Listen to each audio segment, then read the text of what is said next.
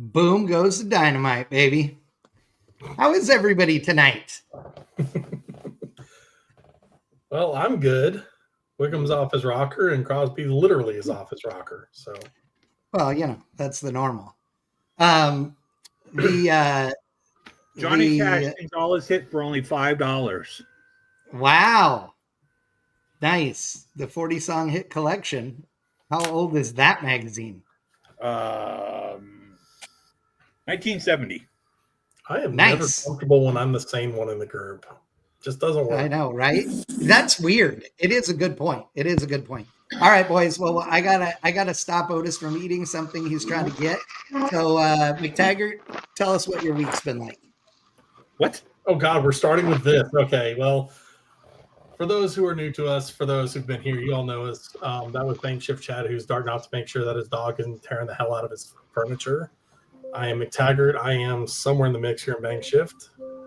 Below, we have Wickham, our resident first aid magnet, and Crosby, who is, last I checked, trying to start a Kiowa in his parking lot, I guess. Somewhere we're getting turbine noise, so apologies if you hear that. That wasn't mine.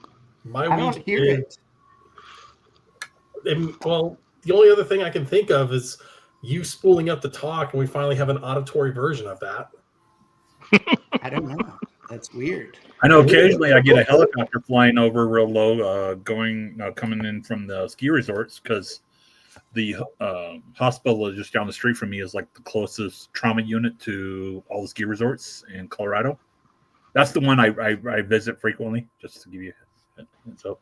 Yeah, but unless that helicopter's 10 feet from your door and is starting up, that's not the noise. That wouldn't be it. Like, this sounded like the engine starting, not just a helicopter. Yeah, it was like when you were talking rapidly is when we heard it, Chad. Really? Yep. That's weird. Okay. Well, prior to the show. Oh, yeah. Okay. Well, we'll play it by ear and see what it sounds like. If anybody else hears anything, and we'll be good to go. Neil says McTaggart didn't study for the pop quiz. I like it. I work, I play GTA, I sleep. It's not an exciting week here. Our temperatures Okay. have been ping-ponging between spring and winter. And for the last 2 days, I've had 50-mile-an-hour winds. There is nothing I've done. Oh yeah. We had 4 days where it was above 60, and then Last 2 Monday days. night we were supposed to get like 8 inches of snow, and we barely got a dusting. And then all of a sudden, the forecast whipped around and changed again and said we're supposed to get like snow tonight. I don't know. Yeah, it sucked it's here supposed to last be- week. It was 80. But then it's Yeah. supposed to be 60 something on Sunday. So It's been ridiculously windy here the last 2 days. So sustained wind 40s, gusts in the mid to upper 60s. So that's not good. But hey, is what it is.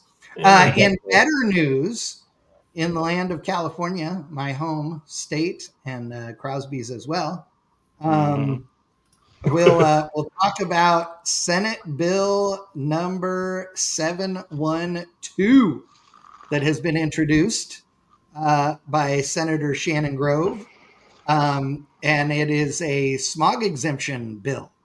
We've heard this numerous times over the years. Those of you that are not from California may not realize how the smog laws work here, but they're different than you all think they are. Everybody always seems to think that they're way different than they really are. But for hot rodders, what you care about is two things. Number one, 1975 and earlier are exempt from emissions inspection. Federal law says that any vehicle that comes with an emissions control device must keep said emissions control device, and any defeat of that or removal is illegal, period. And that's in all 50 states, no matter whether your state tests or not. Or an improved smog emission Correction. You control can step system. up or you can Correct. replace an equivalent. You can go forward, you can't go backwards. Right. Correct. So that was what I was going to say next, is that what people don't understand is that engine swaps are totally legal in California. Super easy.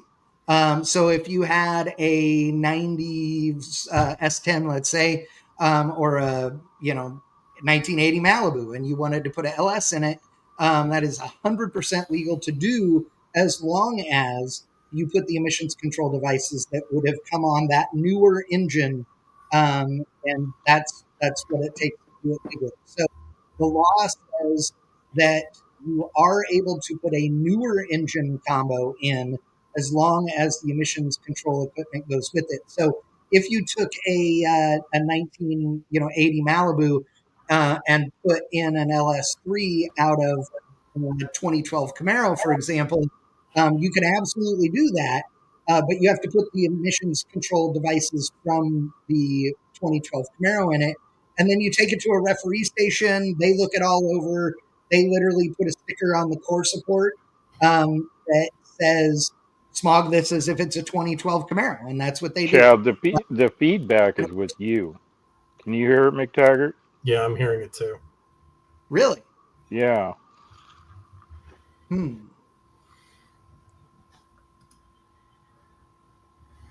Because it settled down as soon as you stopped talking. Really? Well, I don't know. Is there something up with your mic? No. I'm not bagging I mean, I on don't you or think anything, so, but no, I got you. I don't think there's anything wrong with my mic, but there's some kind of feedback.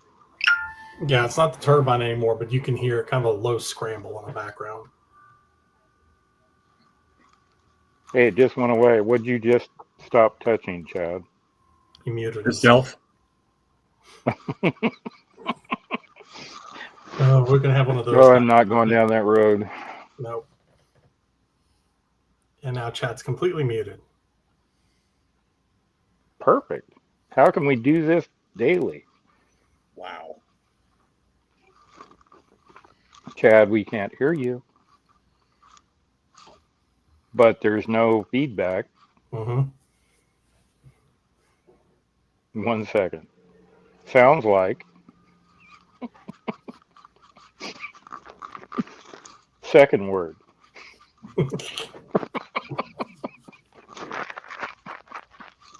Chad using some kind of NVIDIA noise reduction that can do weird things? We're gonna have to resort to dry erase boards and markers now. Second word. I don't know. Playing Pictionary with Chad in this might actually be funnier than all hell. Chad only knows one level of sign language, and it's the universal one we all know and love. Mm-hmm. 2 more jokes, and I might get sent it.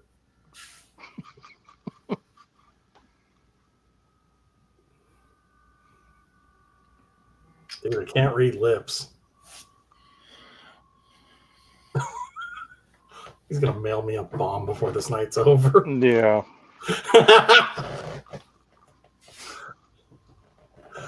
Kidding to my FBI handlers, tracking all my conversations. That was a joke. Yeah, you don't need them coming back.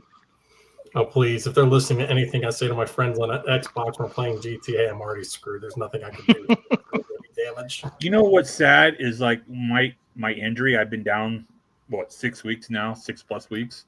Mm-hmm. And I have yet to turn on my Xbox.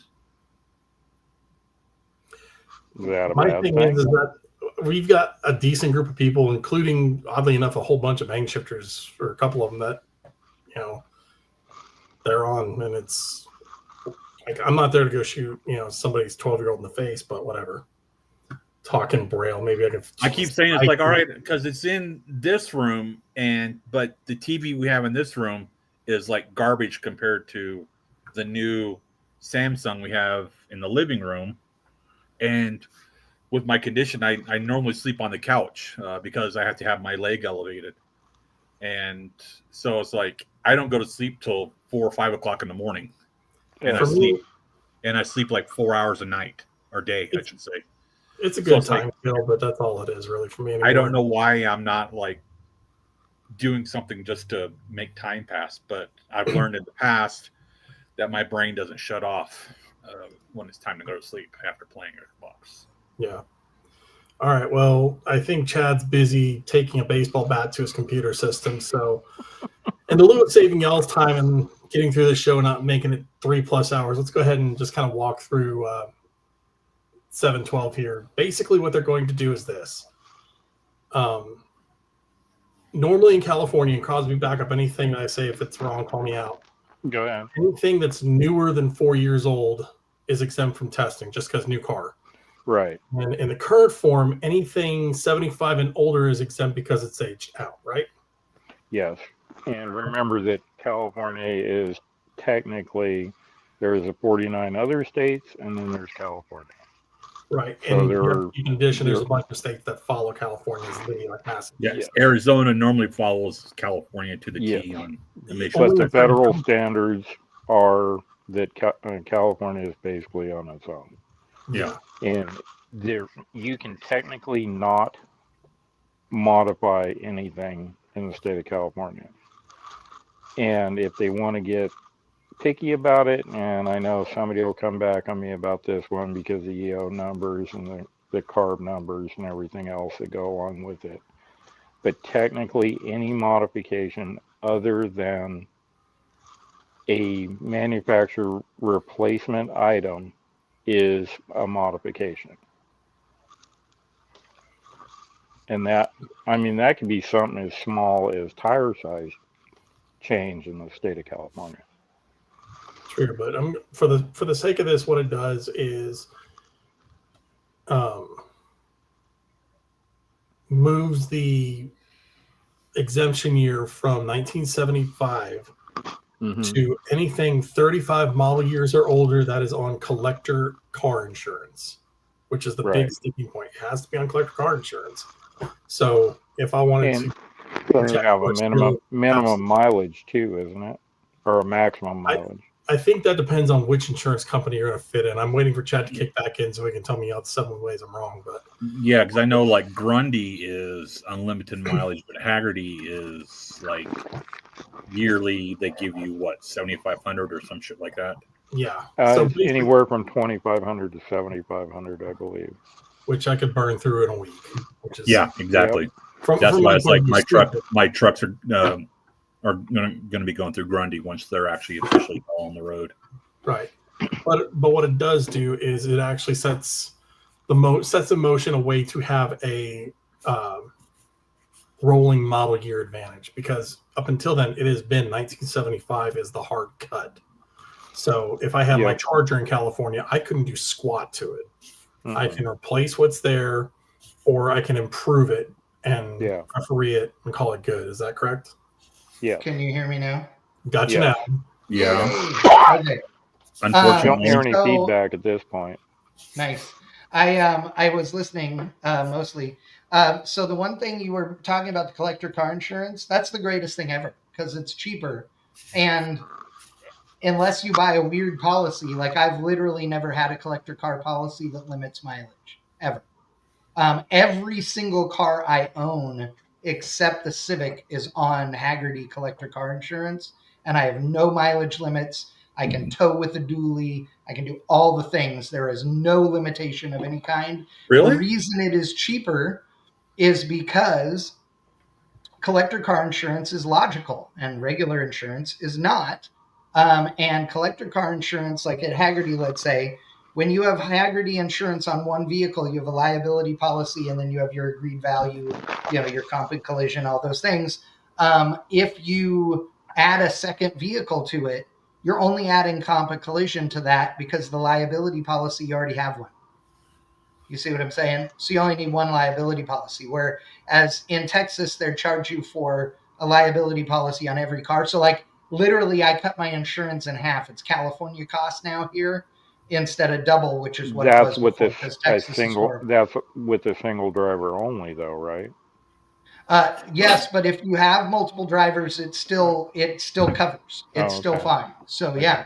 And it's considerably cheaper. I mean, like my most expensive car is the Camaro, and it's still only a few $100s a year. And so it's great. So collector car insurance is easy, whether you go through Hagerty or whatever. If you have questions about collector car insurance, hit me up or reach out to David Carroll on Facebook. He's my insurance guy. I buy all my insurance through David. If I buy a car, which you know me buying dumb shit, I literally take a picture of it, take a picture of the VIN, and send it to him on a text. And I get insurance in 30 minutes. Like it's... Yeah, because I was going to ask Hagerty, because where the VA clinic is that I go to for my doctor's appointments, which I have one next week, Hagerty's office is literally on the other side of the parking lot from... yeah. So I was going to just pop in, just shits and giggles, and just ask. Oh yeah, and they'll insure the reason that my Civic is not insured with Hagerty is because they won't. For some reason, the old Hondas and stuff don't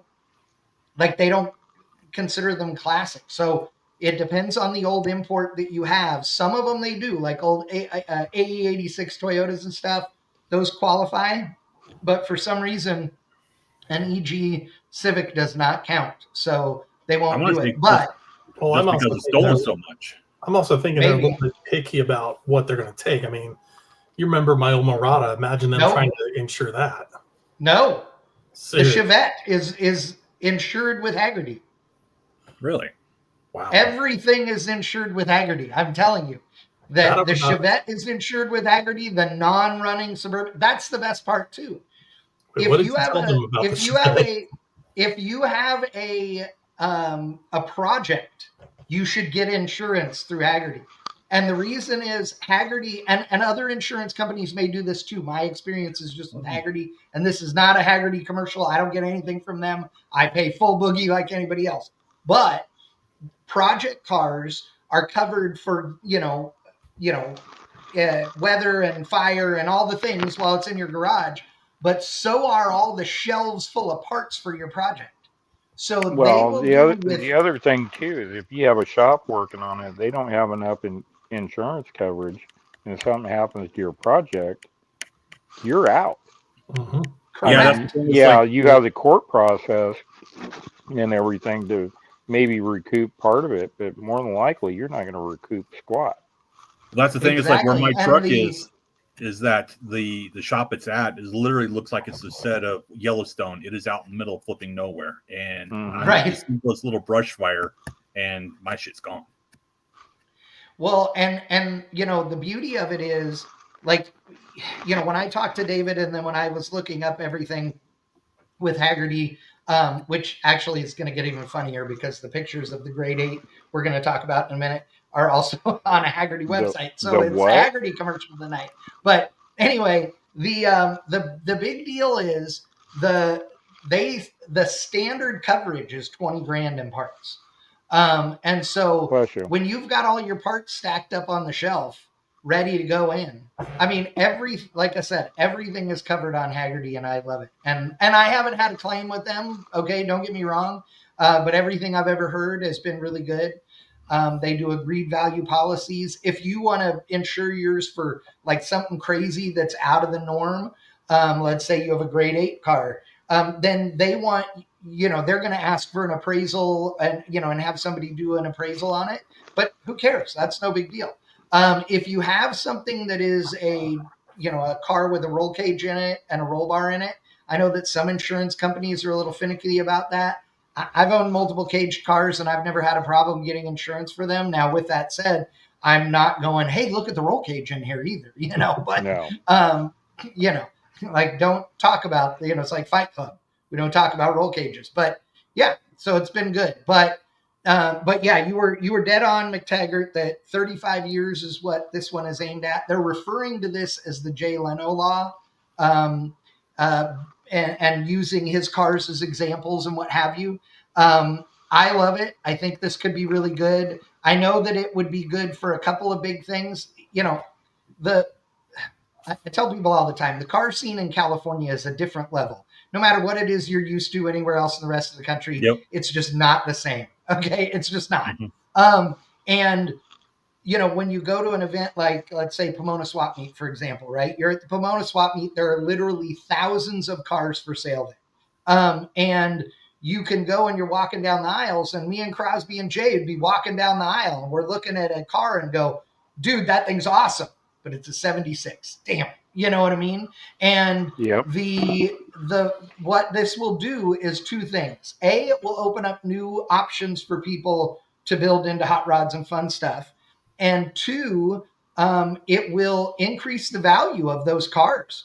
There are a lot of cars right now in California that are, late 70s to late 80s cars that are cool, and you can get them and you can do fun stuff with them, but they're not as valuable, like definitely less valuable than a pre-75.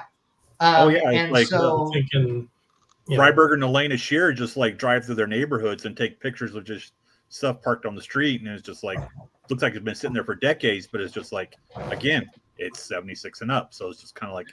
and it was one of the running jokes when I lived in Arizona is you could, we're talking just about 10 years ago, you go on Craigslist and you're like, okay, let's say 79 Z28, that's a reasonably cool car. yeah, You would spend 7 to 10 grand on in Arizona. You could pick up 4 or 5 grand running, or cheaper if you were willing to drop your standards a little bit. All you had to do was help it escape California. that's it. Mm-hmm. That's done. And That's done. absolutely. And there is one caveat to this that people need to know, and this is not California exclusive either, so pay attention. If you buy a vehicle from out of state, when you bring it in, it needs to get, VIN verified and all those things. If it's a running and driving vehicle, they may require it to go through a emissions test the first time when you bring it in, right? There are ways around that as well. You can ask And for a brake and light inspection as well. Correct.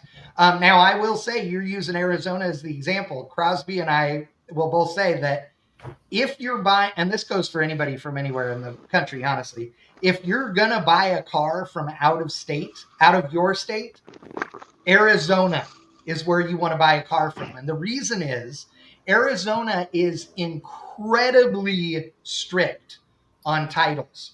So they are, if you're going to sell a vehicle, you must get the title notarized and everything ahead of time. So there is almost no chance that you can buy a vehicle and end up having trouble registering it when you get it home from Arizona. Arizona Yep. is like on that. And it doesn't matter if it has been sitting in a field for 30 years or it's a running drive. They are very particular. Yeah. So that's a great thing about Arizona. But the And other it side seems of like it is, everyone is a notary in Arizona as well. So getting that, I was going to say, like, Yeah. title is. the footwork group that I worked with, they're not the DMV. They work with the state DMV. But footwork was in, out, done. Like, they're on time, on point. But that also brings up another thing, which is something I've happened to learn here in Kentucky, is regardless of where you're bringing a car from, if you're bringing it in out of state, regardless where you're at, read up on your laws in your state, because that can turn around and bite you in the ass harder than you think. Kentucky is shockingly bad about this. If it's your vehicle and your title, you just do a quick VIN check and everybody's happy. If it's There's a thing about Louisiana. There are a lot of people that there's kind of loopholes in Louisiana that if your vehicle is a salvage title, you can like register it in Louisiana. And I know things may have changed, but I know previously in the past that you could basically, they wouldn't even look at it. They would just like do a title one way and it came back as clear. So then they'd take that back to whatever state and say, oh yeah, this thing's clean and clear, and you never know it's salvage. That's the way Arizona used to be too. And But finish your why thought they there, did- McTaggart. Yeah, go ahead and finish well, your. Yeah. it just brings up a thing. It's like, be careful and know what you're doing, because a lot of states have been changing their laws and cracking down on that kind of thing. Vermont used to be one of those big states where you go through, kind of whitewash the title and you're golden. They've shut that shit down. That Yeah, that's how I got the title on Rusty on my 56, because it was clear. I knew it was clear. I had done a VIN search and all that, and I knew that because of my VIN search, I knew that car had been in Texas his whole life, and it wasn't stolen. It wasn't any of that. But there was no record of ownership for literally the last 28 years or something like that, right? So when I got it, I did not get a title with it. I went through an agency that worked in Vermont that you technically, you didn't give them your car, but you sold them your car on paper. You paid them a fee and you gave them a bill of sale. You filled out everything. They then registered your vehicle in Vermont and then would send you the registration and a letter from the state, because the state of Vermont was a state that didn't do titles on vehicles that were older than, I don't remember what it was, let's say 30 years.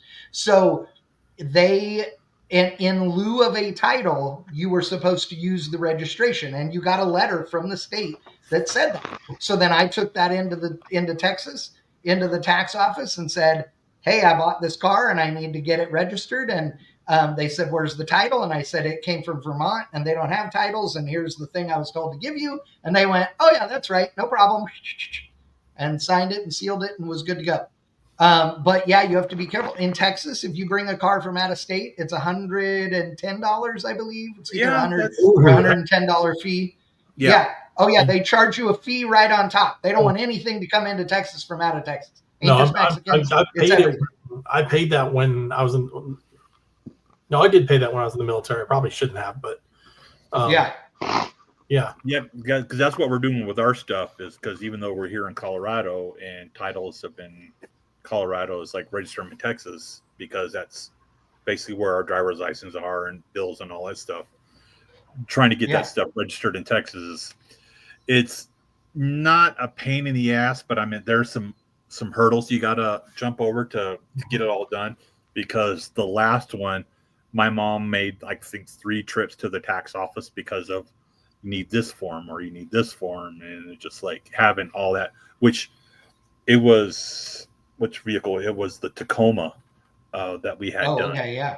And since it was a newer vehicle, it was like newer, just all this extra stuff, and that's why it's Does like Texas still have a safety inspection? No, they just got rid of that for everything. But in the state of Texas, they don't want to not get that money. Actually, They didn't get that money. You paid it, and it went to the inspection station. But the state of Texas said, no more inspections, but you're still going to pay the same fee to us. And the inspection stations are like, you guys all suck, so which they do. Everything about the government in Texas is horrible. But but you got to get such good drivers there. Yeah. One of the other things, though, to note that in Southern California that's different is you don't go to the DMV. And when we say tax office, when Wickham and I are saying tax office, there isn't a DMV in Texas. There is, but it's in the tax office. That's where you go pay your stuff, is in your county tax office. But in California, nobody with half a brain goes to the DMV ever. Literally the only reason you would need to go to the DMV is if you have to get a picture taken for your driver's license. Otherwise, you get a AAA of Southern California membership for as little as $48 a year, and you can do everything except driver's license at AAA. It's spectacular. They do VIN verifications.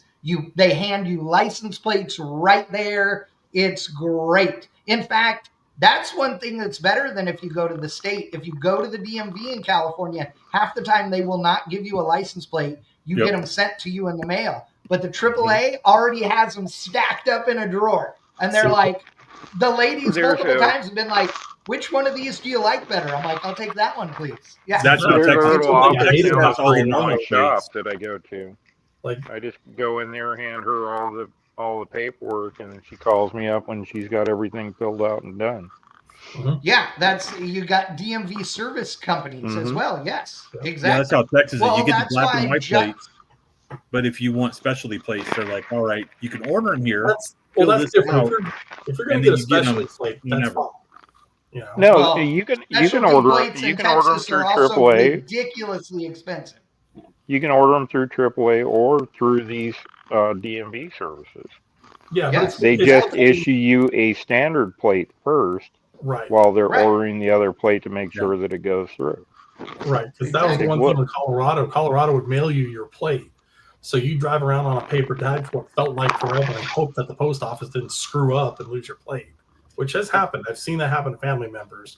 Well, that's the thing that's happened here recently in Colorado is just because they had those green and white license plates, and was it 2 years ago they went to black and white, red and white, blue and white, and there's another color, green and white, and everyone wanted the black and white plates, and there ended up being like a 6-month backlog just to get a black and white plate, which was black background, white letters. For some reason, everyone had to have because that's I don't understand. I'm sorry. Colorado has had some of the best looking license plates throughout history. As long as they had the Rocky Mountain Range, it was green and white somehow. It's fine. Well, they've got a new one that's like all, I wouldn't say, what's the politically correct way of saying it? Brilliant and bright colors on it. That's a new one. Gotcha. Yep. That you Colorado can say has. rainbow, it's okay, dude. That everyone pays you over because they can't get the black. Thank you. Yeah, there's I saw. Yeah, go for it. There are literally dozens of license plates that you can get in Texas. I mean, when I say dozens, I'm talking 3 or 4 dozen. Like there's hundreds, unreal literally. Number of colors. Yeah. Because you get all every ridiculous. college, you can get every sports team, you can get like military every plates. Nature thing that you can think of, like protect the catfish or whatever. License plate in Texas. Here they are. So these are the plates you can get in Texas. Pink plates. Oh yeah. I mean, literally all of these. Now, here's the funny thing. What I call a personalized plate, that's what they used to call them, specialty plate, whatever you want to call it. A vanity plate, some people call them.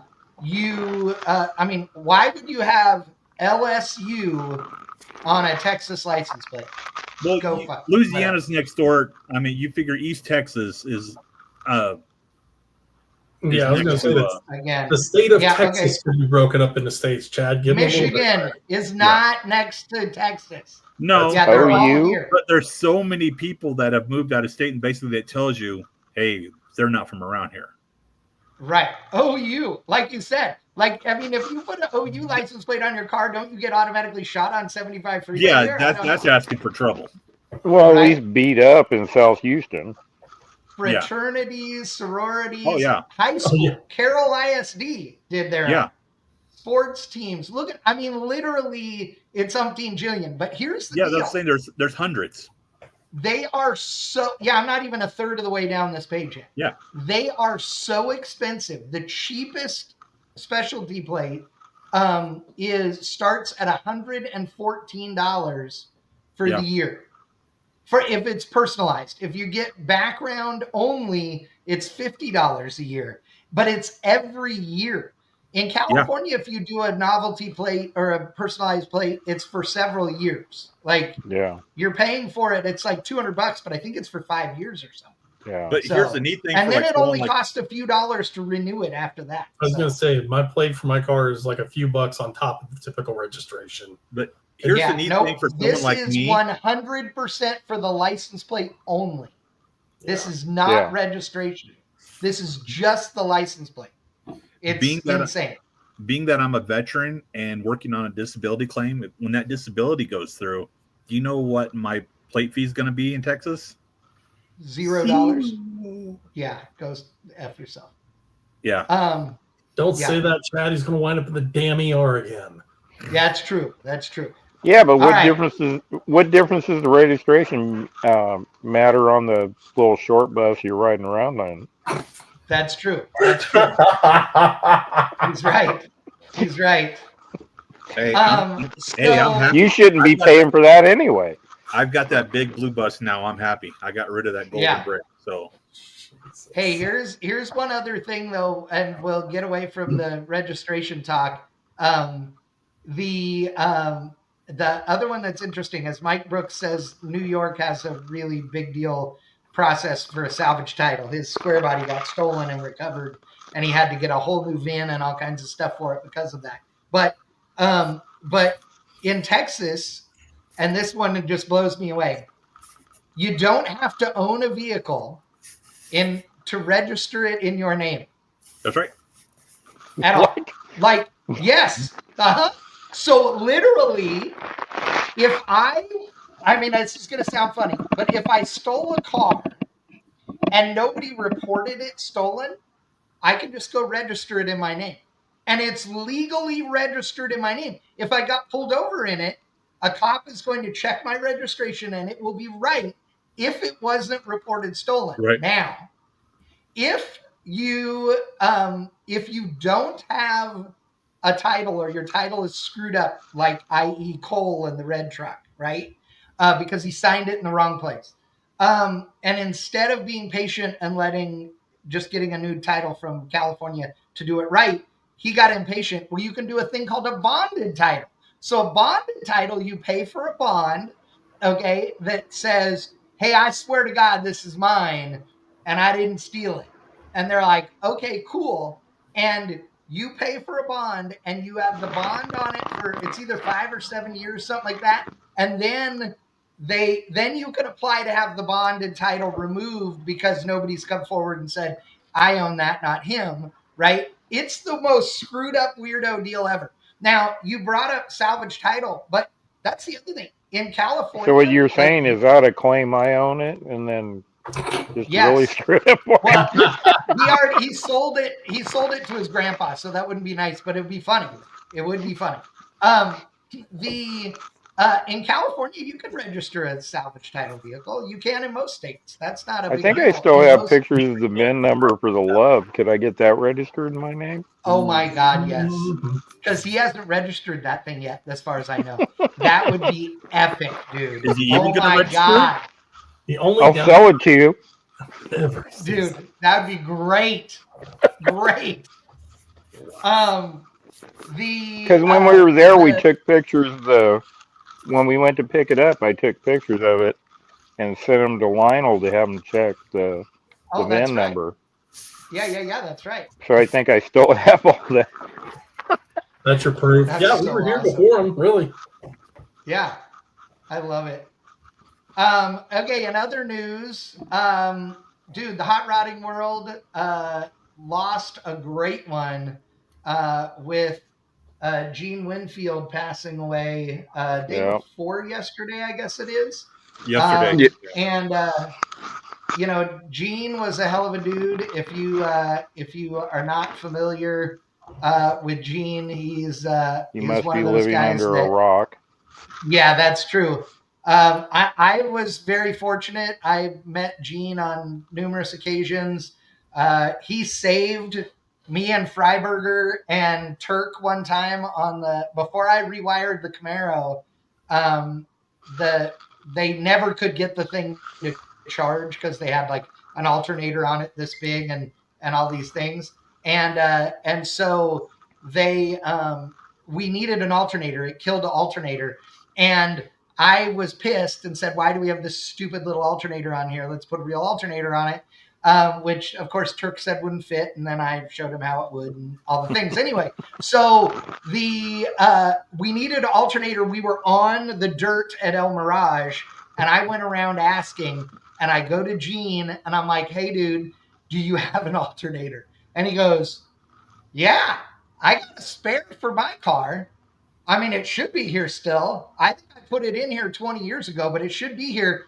And that old bastard dug through the front of that trailer till he found that alternator brand new in the box and handed it to us. Wouldn't take any money for it. Said, get me a new one or give it back when you're done with it or whatever. And at the end of the weekend, we did just that. I took it off, handed it right back to him and tried to give him money. He wouldn't take it. Me and Scott Clark helped him work on his car in a parking lot of the hotel. One year when we had a rain delay at Bonneville, he had spun his Roadster and it wouldn't run after the spin, and he wasn't sure whether he had gotten the clutch in time or if it had spun the motor backwards. And it turns out it had, and we checked everything and it bent a bunch of valves, and so we couldn't fix it. But me and Scott and a group of other people hung out in the parking lot at this motel working on this thing in the parking lot. And Gene was just the nicest dude. Never smoked a cigarette in his life, never drank a drop of alcohol, drank a glass of milk with every meal or with every dinner. And he was a super, like, plain Jane. This dude, he said, it's time to eat, boys. And we're like, oh, it's fine. And he's like, it might be fine for you, but it's not fine for me. And he literally went in. He goes, does anybody else want a sandwich? And he went in and he had like, a ham sandwich on white bread with mustard kind of deal. And he sat there in a chair next to his trailer while we were thrashing on the car, eating his sandwich and drinking his glass of milk. And he was not an engine guy. He's a metal guy. And he made no apologies for it, but he was the nicest man. I've never met anybody who didn't say he was just so genuinely nice. Yeah. If you haven't followed it, where was the first time you met him? Ooh, the first time I met Gene was probably at, I don't know, it was either at El Mirage or Grand National or I don't know. Yeah, one of them, Blackies in 08. Oh, okay. See, and I would have met him. It would have been 08 or so, because it would have been when I first was with Freiberger. So it would have been about the same time. He came over and drugged me over to take a picture with him, Barris, Radio Bob, James Hetfield, Richie Valles. There was somebody else there. Oh, Randy Grubb, the guy from Oregon that built the Jay Leno car. Oh, yeah. Yeah, I was looking for that picture all day. I was going to call Radio Bob up and find out. That guy used to run around with Barris all the time. But got a picture with all of them because of Gene. That's so awesome. So, yeah, I'm like, I don't even belong here. Right. It was Houston Autorama 1997 or 98. I don't really? What? And there was he chopping a car there at the show or something like that? He just had a booth, and I had media credentials. Now I'm in there photographing it for, I think for Truckin' or someone. I don't remember who. And I'm Right. walking through the swap meet like early in the morning. I mean, vendors are just coming in and like opening their booths. And there was this one vendor that had just thousands upon thousands of magazines. And I saw Gene the previous day at his booth, and he walked into the booth, and I'm like, oh crap! It's like Gene, just like really didn't know who Gene was, but kind of like just learning about him that weekend. And I was like, because I knew Gene was signed a bunch of stuff, and I was like, hey Gene, is there anything that you know like off the top of your head that you were on the cover, one of your cars or something like that? And he's like, he just shakes his head, man, I've been in so many. It's like I have no. So he finds this box of like the small like mini mags. So he's going through it, and he's like, oh crap.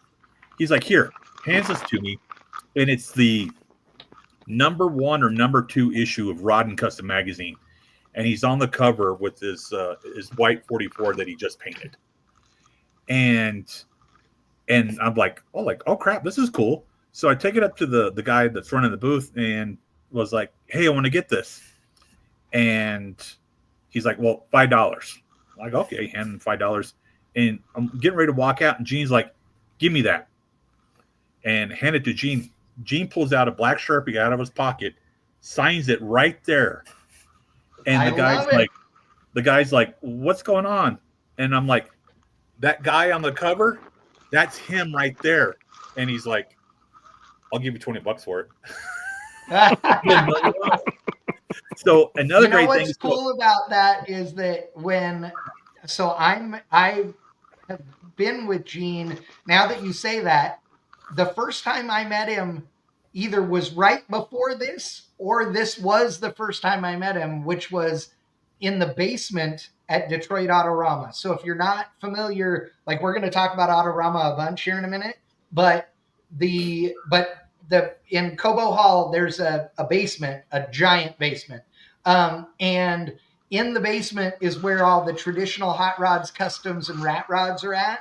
And for years, I mean, years and years and years and years, Gene chopped a car live in the basement over the 3 days or 4 days of Autorama. And so that could be the when I met him was because me and Freiberger went to Michigan to go to Dart and meet with them at Dart. So this one trip, I went and got to tour Dart. I got to hang out with Dick Maskins on the dyno testing a Pro Stocker and doing camshaft swaps there.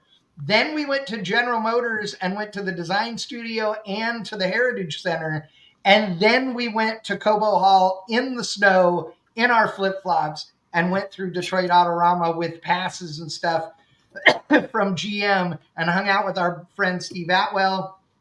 And I know we talked to Gene downstairs while he was chopping a car right there at the deal. And I mean, again, he did this numerous times over the years. I mean, like, I think he chopped a car there for like 10 or 15 years straight or something like that. Well, Rick did one. You shot Houston 2015. Got pictures of him doing that. Yeah, 2013 or 2014 is when I started shooting for Autorama and did Houston and Dallas. And Gene would do chops at both those shows. Mm-hmm. And that's how I really got to know Gene, was because I was doing both those weekends and spending, like, Gene would always like pull me into the booth and say, here's my camera. I'm getting ready to make this cut. Take this picture. He goes, you're the only one I'm going to trust with my camera. Well, the link I just sent Chad, you shot him while he was doing it blindfolded. Oh, I remember that. Now that you say that. Private chat, Chad. I already got it for you. But the other one that's funny about that is that so in this story here on Street Muscle, this is 2016, and he was 88 years old then. So I mean, that means that this fucker was 97 years old or whatever. And until he was beat all to hell by his caretaker Yeah, in, whatever it was a year and a half ago couple years, now, he was still in really good shape. But he's 90-something years old. I mean, God, I can't even imagine. If I made it that long, I'd be begging somebody to put me out of my misery, But, oh, my God. But yeah, Dallas every year, because we stayed at the same hotel and we were on the same floor, and somehow we always seem to like leave our room right around with a few minutes of one another, and we'll go down to the hotel restaurant and have breakfast. And Gene would see me and was like, "Hey, come sit down with me and have breakfast with Gene every year." And he's like talking to us like, "All right, we're doing this car this weekend. I'm going to be doing this. So I need you here to take photos when I'm doing this cut, and this cut." And like welding it all together. That is from Houston, I believe. And well, the great thing about that photo is that I shot that photo, and that was when I was, of course, shooting for the Autorama. And so I would submit my photos to them at the end of the day. They used that. Of course, they had copies of those photos. But when Gene was inducted into the SEMA Hall of Fame, and they had like this huge, ginormous projector of photos of like, hey, this is who we're bringing up. They used that photo of him, and someone sent me a picture from the banquet, and I was just like, oh crap, I took that picture. I was like, that's so awesome. I gave it to him, but it was like, I think maybe Gene asked them for it or something. I don't know, but I was kind of like, holy crap, that's pretty damn cool. It's funny because looking at all of this shit, he chopped more cars at car shows than many people have done in their entire lives. Yeah. But that was so cool. And again, just such a neat old guy. I know he was old and he's not the first one of these legends to be gone, but it's still something special to have him gone. It's a moment in hot rodding history. Who is Mario d'Alba? Mario d'Alba, yeah, he passed away. Senior passed away this past week. Hey, my voice just completely changed right there. Really? I know. I don't know what I was just going to say right there. He was one of the founding members of the Elite Car Club. Him and his son Mario Jr., Albert d'Alba, which owns Cow Blast up here in Upland. They all came from this gentleman right here. I met him at Fred's Custom Wire Works, which was right across the parking lot from my original shop, and he was working out of the trunk out of a chopped 51 basically lowrider, what everybody refers to as the red bomb. He was working out of it. It was primered, and unfortunately he was 79 a couple of weeks ago, and ironically on a ladder like we were talking about earlier, Chad, and fell down and hit his head on the ground and ended up in a coma and passed away on Sunday. Wow. But one of the neatest guys you ever meet in the Lowrider Hall of Fame with his sons, and grandkids are all involved in lowriding, but he's also a part of the hot rodding world, and I'd be remiss if I didn't mention his name. No, yeah, at that point, that's awesome. What a cool dude. Class, that kind of immediate post-war class of hot rodders that came out, anybody in that early era. Yep. I mean, we're at the point now, if they're still around, they're not much longer, but Mm-hmm. you look at people, I didn't meet either one of these gentlemen. I saw Gene Wingfield in passing at SEMA every now and then, but right, especially if these guys have been in the industry at least 10 years longer than me, if not longer. Who am I? I'm a photographer. But the good thing about both those guys, no matter whether they knew you their entire life or they knew you for a minute, they act like they knew you in their entire Yeah, life. right. They're Oh, just That's yeah. those kind Oh, of yeah. people. When I asked Gene Winfield for that, that alternator, I mean, we had met, but there was no we had just started Car Junkie TV. There was Mhm. nobody knew who I was. Yeah, but that's Outside of a small circle, it didn't matter. He's just that nice a guy. that's road and race karma, though. You help people out because you Oh can't yeah. expect to get help if you don't give help. Well, Well, that's no. another thing too to touch on that, Gene from Autorama '97 was that I think it was later that day or the next day. I'm happy walking by his booth. He glances up and he's like, "You sell that magazine?" And I was like, "No." And I'm like, "Here." He's like, "Come here. I want to show you something." So I walk behind his booth and he's like, "Sit down." And he pulls out these photo albums from like the 40s and 50s. Dude, Stacks he of carried them. them with him in his trailer all the time. Oh my God, I totally forgot about that, dude. You're right. He's like flipping through pages, telling me story. I mean, his mind is like unbelievably sharp. He could tell you the story on like every photo and tell you like the car in the background, give you like all the details about the car that was behind that car that he took a picture of. It was just mind blowing. And the way he would just like just going, and all of a sudden he stops. He looks up, he looks at me, he's like, "You want to go get some ice cream?" I was like, "What?" He was Like, big on ice cream. I forgot about that actually too.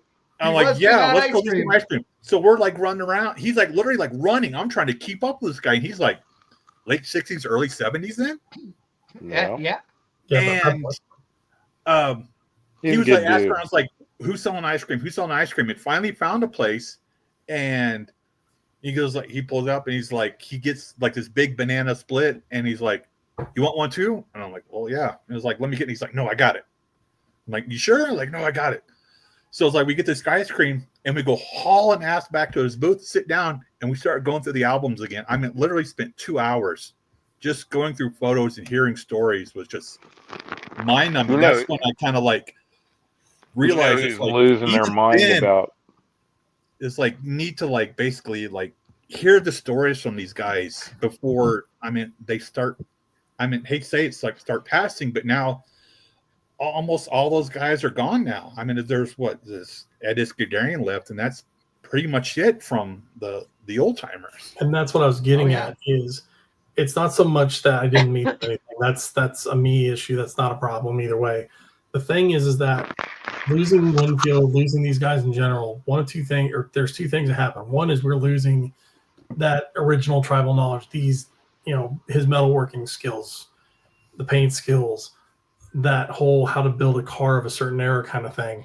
But for everybody who's coming up, and there's always been that running joke, people my age younger are into bullshit, they're into cars.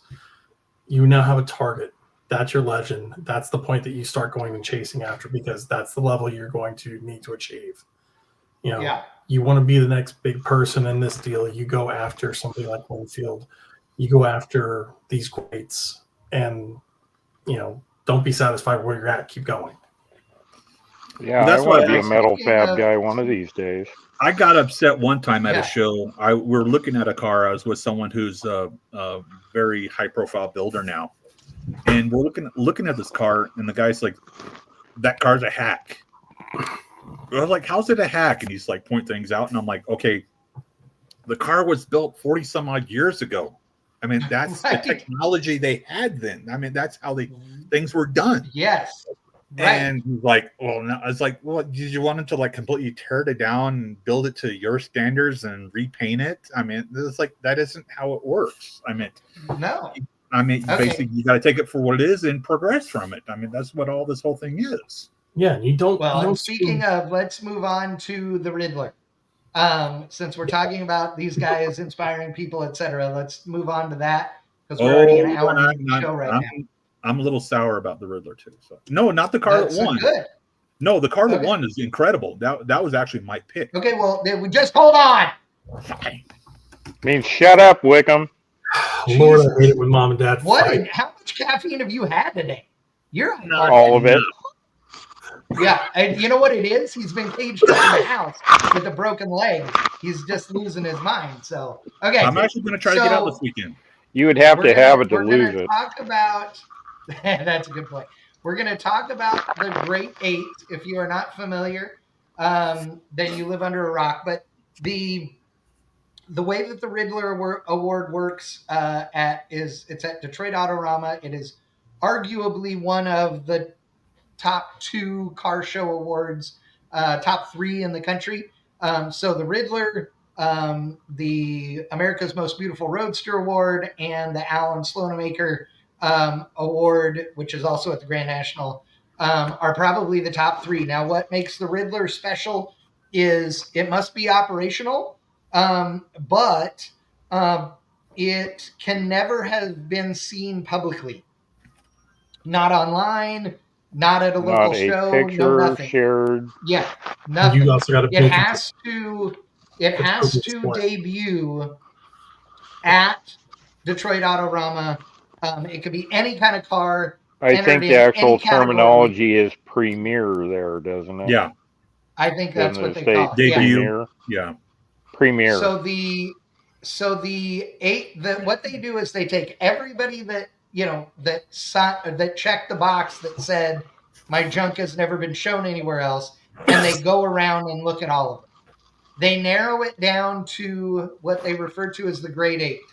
The Great 8 are the 8 finalists that are up for the Ridler Award.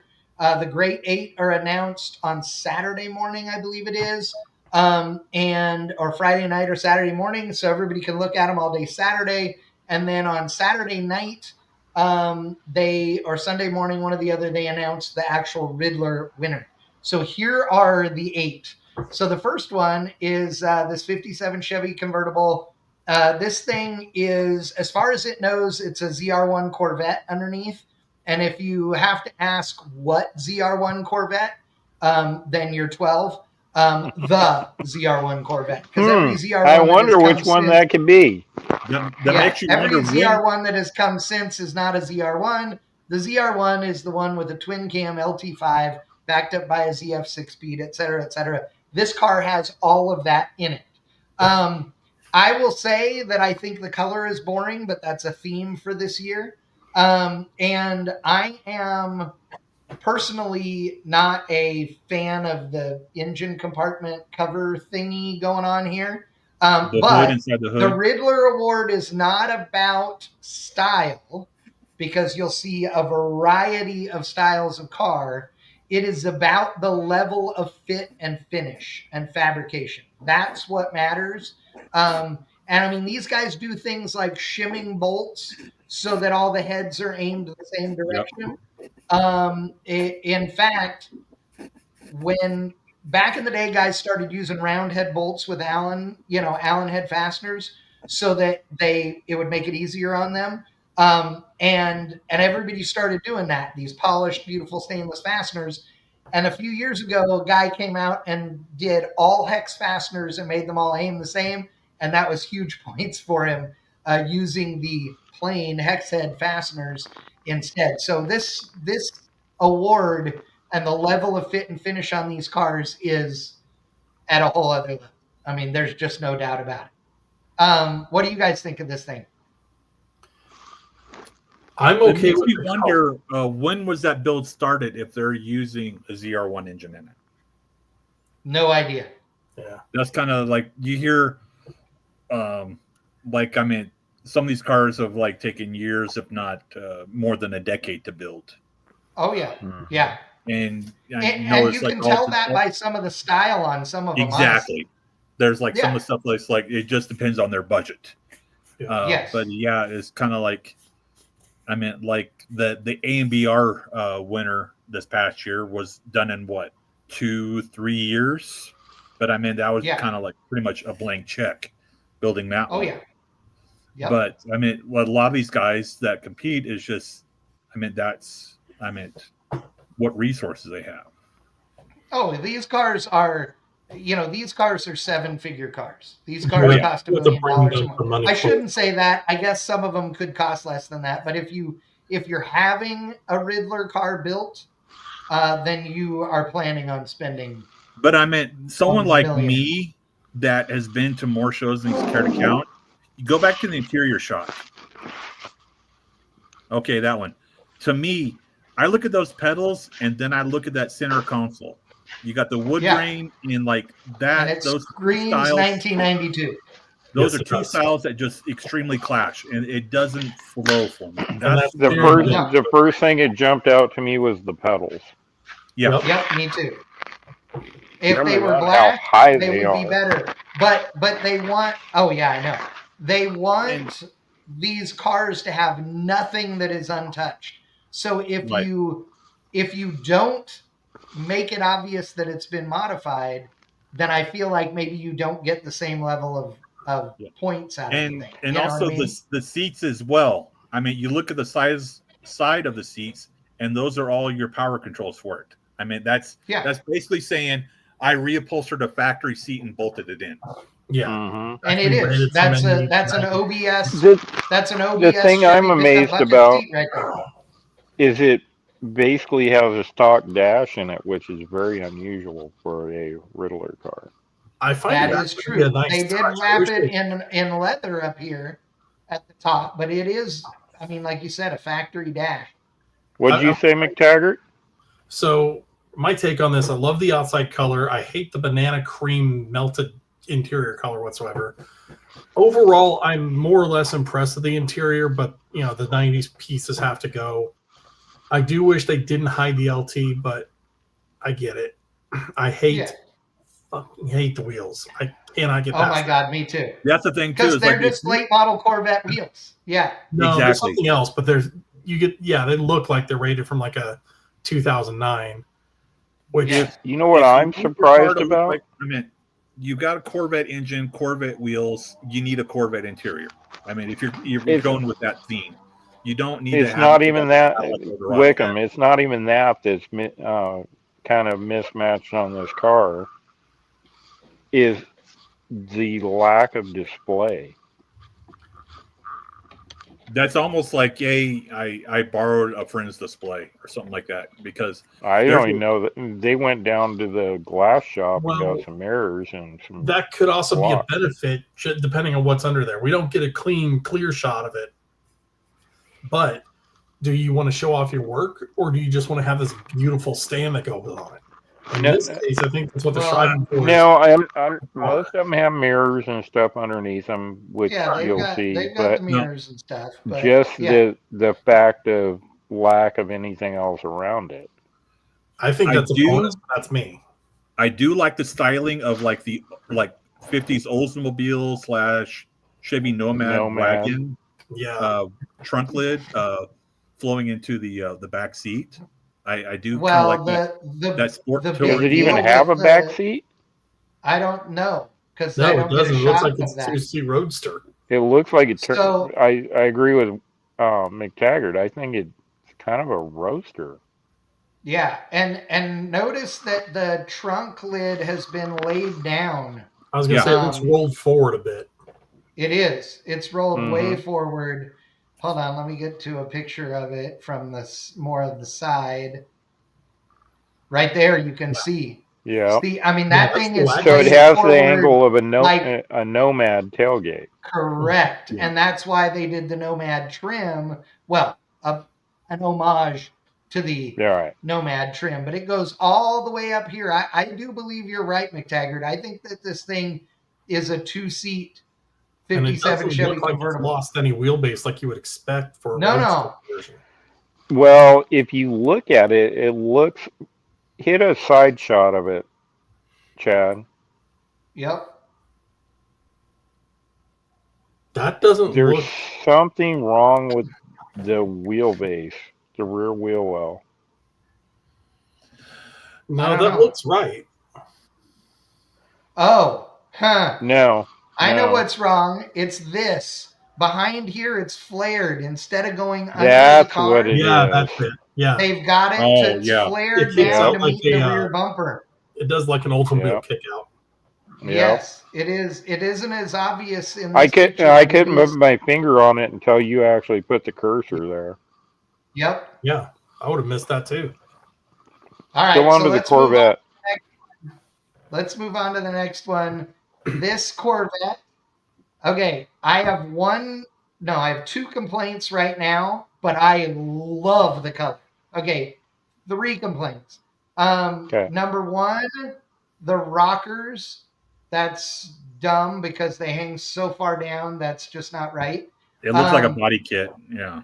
Yeah. Number 2, a big wheel and tire like a Pro Street deal is cool. That wheel is too big. That doesn't do it for me in that thing. And 3, it has no door handles, it looks like, and that bothers me on these. So, but God, the paint is gorgeous. Yeah. Yeah, I've seen some close-up photos of it and video. Yeah, I would love to see that car out in the sun. I know the Facebook pages that I follow, that was the car that was the pick, according to all these so-called experts. But again, there's details that I saw that just kind of like, no, it's like I was pulling for the eventual winner. But yeah, Look at the detail that is underneath the engine. yeah, Like, Mm-hmm. this is the bottom of the fan shroud. These are the bottom of the control arms. Look at the oil pan. Holy crap.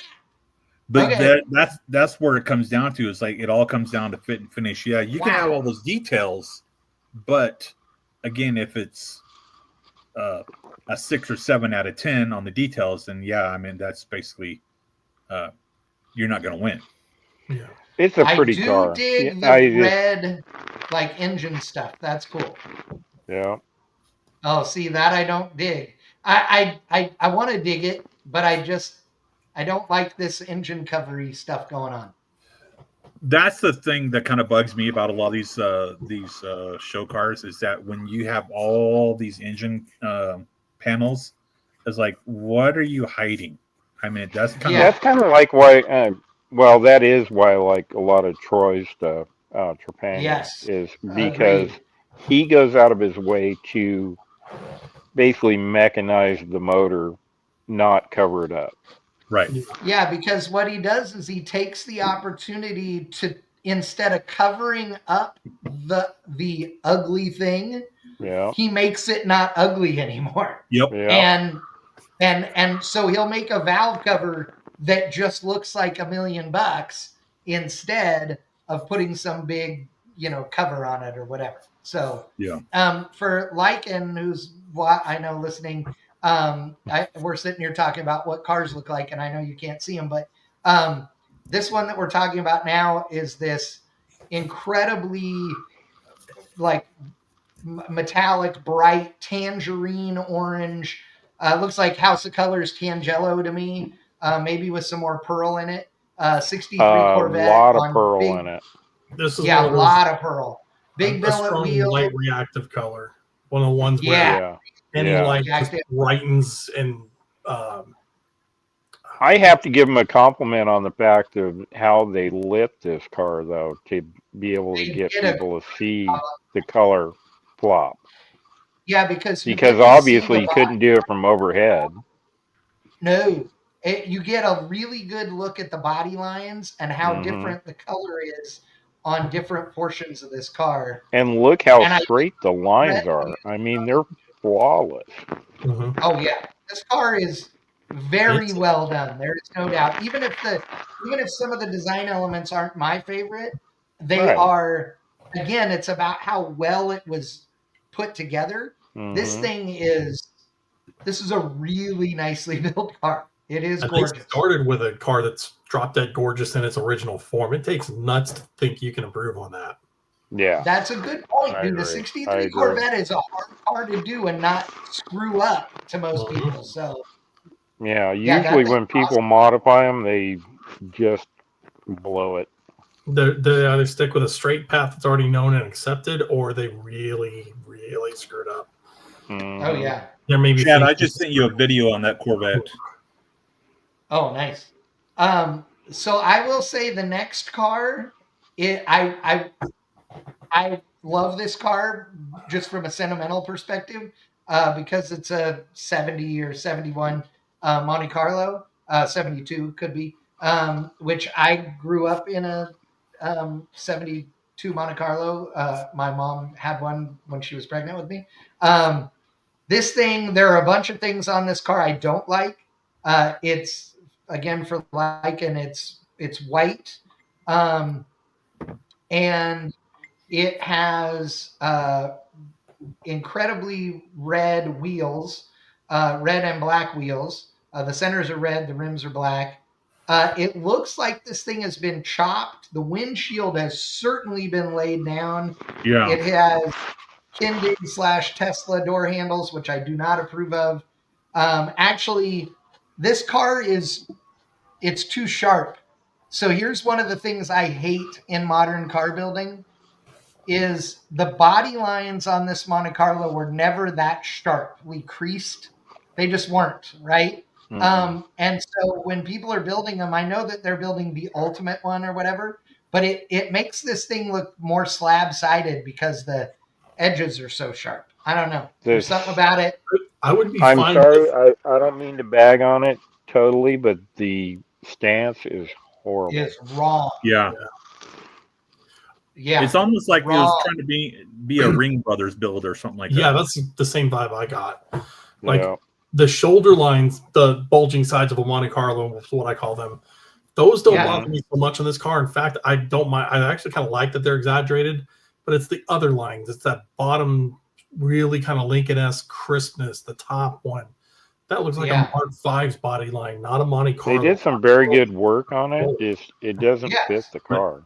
But yeah, if you No, look at that, and I don't like the rockers like at all. Right. Nope. The rear spoiler is exhaust. killing me. Oh yeah. I don't And like the side exit exhaust either. Yeah, is just not good. The diffuser that doesn't diffuse, not good. Okay, back up a second. Back up. Yeah. Okay, it's got side exit exhaust. What is that running underneath the diff? Another exhaust cut out. itself. So it has they cut have out like going a, to the side. yeah. You know. Oh, you're kidding me. Okay. Oh yeah. You completely lost me on this Why one. else would you do a Shelby-like center like that if you're not going to run pipes to it?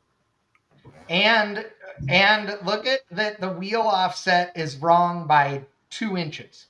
Yeah. Mm-hmm. I mean, of all the cars in the world that need the wheel fitment to be right, it's a Ridler, because you don't need to drive it. It can have SEMA wheel fitment. It can be like where they're so close to touching that it never could go down a real road.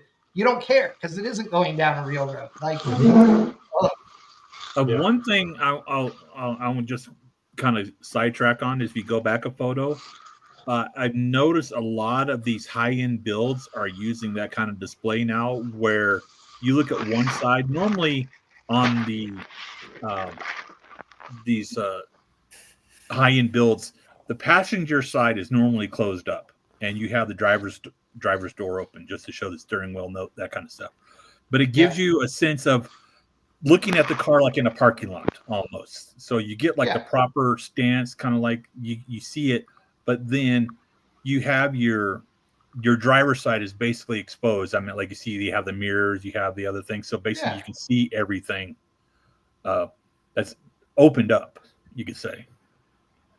Yeah, and I just I like the engine compartment's fine. It's very smooth and streamlined. Smooth, I can deal with that. Do what? It's smooth, but at least you see an engine. Exactly. Correct. Those are the compartments I really like. Is kind of like it's almost like you're setting a piece of jewelry into like a setting.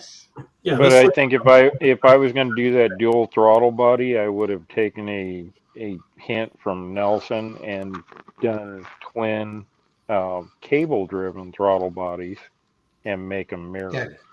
Yeah, because they look nicer for sure. Yeah. And yeah, this is a precision design intake, and they work great. These things make real power. They're beautiful. And they're bitching looking. Oh yeah, but no gracias. Is that like a marine type intake? No. They said it's for LS3. Yep. Yeah. It took a design cue from the manifold off the Vipers. Yeah, Okay, exactly. So the next one is called Nightmare. By the way, I hate that everybody has to give a name to the car. That drives me insane. But the other one, this one is Nightmare. It's a 49 Pontiac Chieftain. It is as black can be, and has orange accents on the hubcaps and the brake calipers and such, and has a orange-ish tan or brownish orange, rusty colored interior. This is a seriously slick looking car. This car does not have rockers that are screwed up. It sits right. I'm not as big on the giant wheel with the tiny white wall, but I can get over that.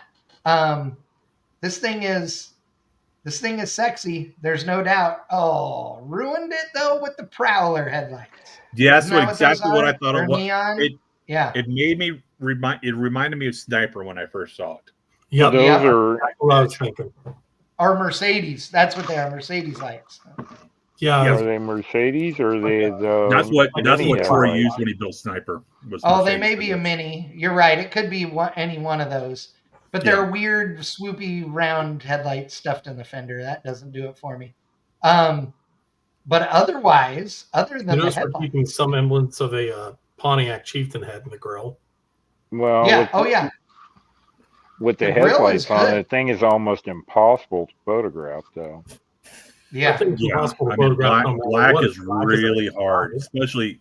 especially Cobo Hall with as much lighting as they have. All the Mhm. small lights. Yeah, It it's just- going to Oh, look yeah. like polka dotted. It looks the like whole time. dots on the car. Yep. But I gotta say, ooh, okay. Now I that's a am cool normally shot. not a fender skirt guy, but I do dig it with the skirts on it. And oh, by the way, not low enough, but it is on air ride, I'm guessing. Yeah. I haven't seen Because that it angle of the looks car, like and the I really nose like is laid that. out right there. This looks like something you physically could possibly go cruise. Like if this was in Vegas, you could take it up and down the strip. And Yep, so far, I this agree. is the car I would take up and down the strip without I hesitation. know what I don't like about it. What? It just freaking hit me. The stupid tinted windows. Oh my God, I don't like those either. Yes. I didn't even realize that. Yeah. Oh yeah. It's Wow. got Oh like my God, I dark hate tinted that windows, on and I Holy hate crap. it. cars. And the windshield's tinted too. I know. And then the door glass, the doors are rolled down, windows are rolled down, so they don't match, which makes it not look good to me. Yeah. That's the The I'm the gonna go ahead interior is cool and all that, Mhm. but the giant billet chief Yes. head thing is That- like, what Yeah. the hell? that's kind of like a last minute thing. It's like, what can we slap on the door to like basically Yeah. try to get some kind That of point? thing better be hollow on the backside, or else it weighs 100 pounds. Exactly. I was like, that Yeah. Chief head better have like everything in it. You better have put that to use. Like, that better be your grab. That better be your switches. That better be freaking everything. There better be a That's couple. a very good point, McT. Very good Ag- point. Yeah. Again, another very beautiful, well-built car, but just Oh yeah. some details are just lacking. Yeah, and this Right. one is more nitpicky than the others at this point because Mhm. Correct. this That one does is do it Yeah. right. the violations this one has are small in comparison. And to I some of the- guarantee you, if you got this thing outside sitting on the ground, it'd be like, oh my God. Mhm. That thing Oh, is I'm cool. sure. Oh, yeah. All right. So next, 55 Chevrolet Nomad. Nomad, and this thing is. I can't believe that somebody painted a car battleship gray, and entered it in the Ridler. Like, this is not. I mean, Brett Vocal is looking at this thing going, "It's shiny primer." Right? I mean, that Yep. putty gray, battleship gray, whatever you want Hey, to he call it. stole that from me. I know, and I do like the color. I like this color. I don't know that I like it on this car, but I do like this color. do on not certain like it. things. I will not like it. I never will like it. I'm not a fan of the color, but there are certain cars where it works, certain cars where it doesn't. If your Challenger is this color, your modern Challenger, to hell with you. I don't care. I'm Yeah, really if you're trying to- rolling the car from the body shop over to the paint booth, that is the perfect color for it Well, to be in. there's certain eras where this was a legitimate color, And to actually put this, a But it was color before on. this. if this was Yeah. a basic ass 150 that nobody had touched, but it was this color, it came from the factory in something very similar to this. So it's I like will tell you that Well- looking at this thing, I am like this Hold side up. shot. Hold.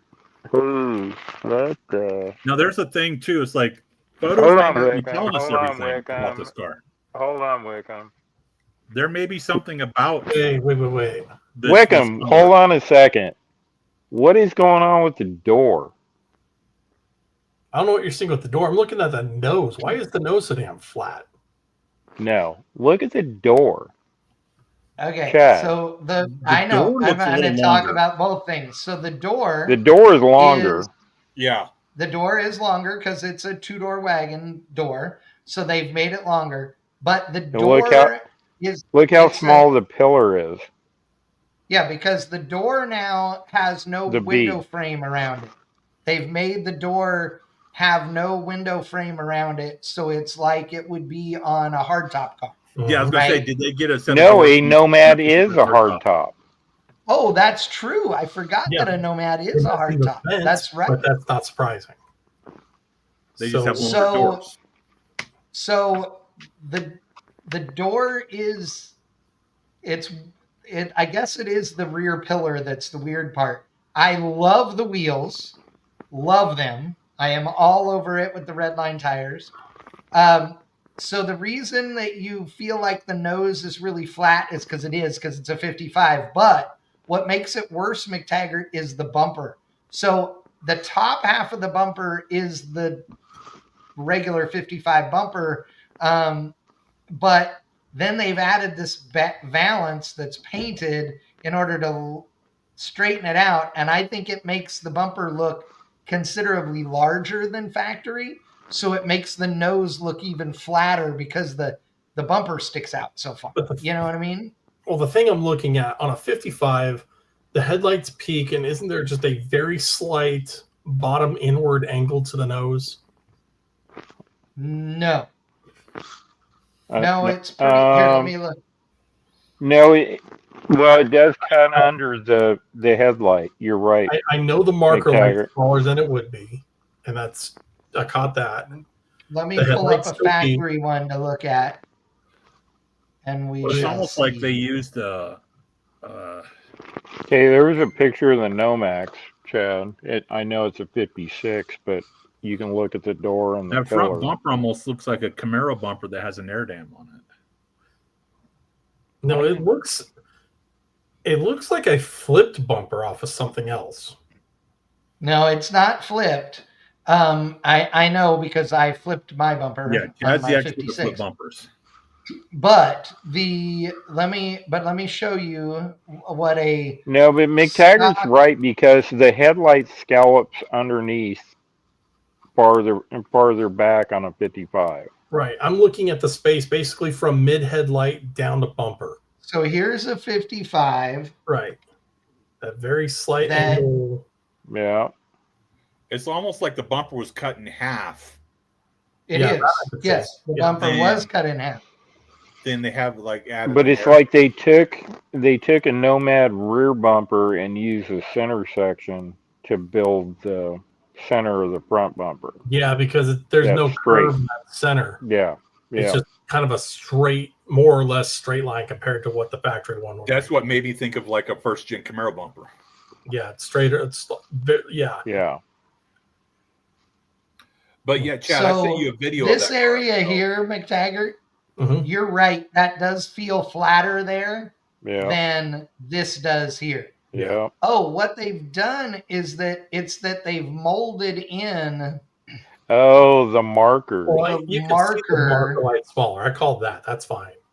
Yeah, but that makes this flatter than it is here. See, Yeah, because it's it had Yeah. trim sticking out, It's Yeah. one of and things the where I would grill have to see the stuck car. out on the factory one, and here And- the grill is inset in.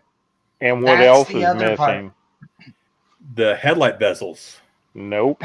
Correct. No, go back to the previous picture. What's missing? I No don't- radiator. Oh, that's a good point. That is. Now, they are required to start them and they need to move under their own power, but they don't have to drive them for any amount of time. So Yeah, they don't have to have water in them or anything. when they pull the registration, basically they can push it up to registration, and Right. then they got to start it and basically go, what is it, 5 or 10 feet or like that. Then that's it. That's about it. The okay, so I don't like the lack of door handles. I love the wheels. The bumper, the front bumper makes me go, eh. The steering wheel is horrible. Yes. Look how thick the A-pillar is, too. Oh, yeah. That's one thing that's really nice about the Nomads is that it has basically the convertible or hardtop A-pillar. It's really slim. But that's the thing about this build, too, is that, I mean, but it's... it doesn't. This, you know what they did, Crosby? It looks like they took the...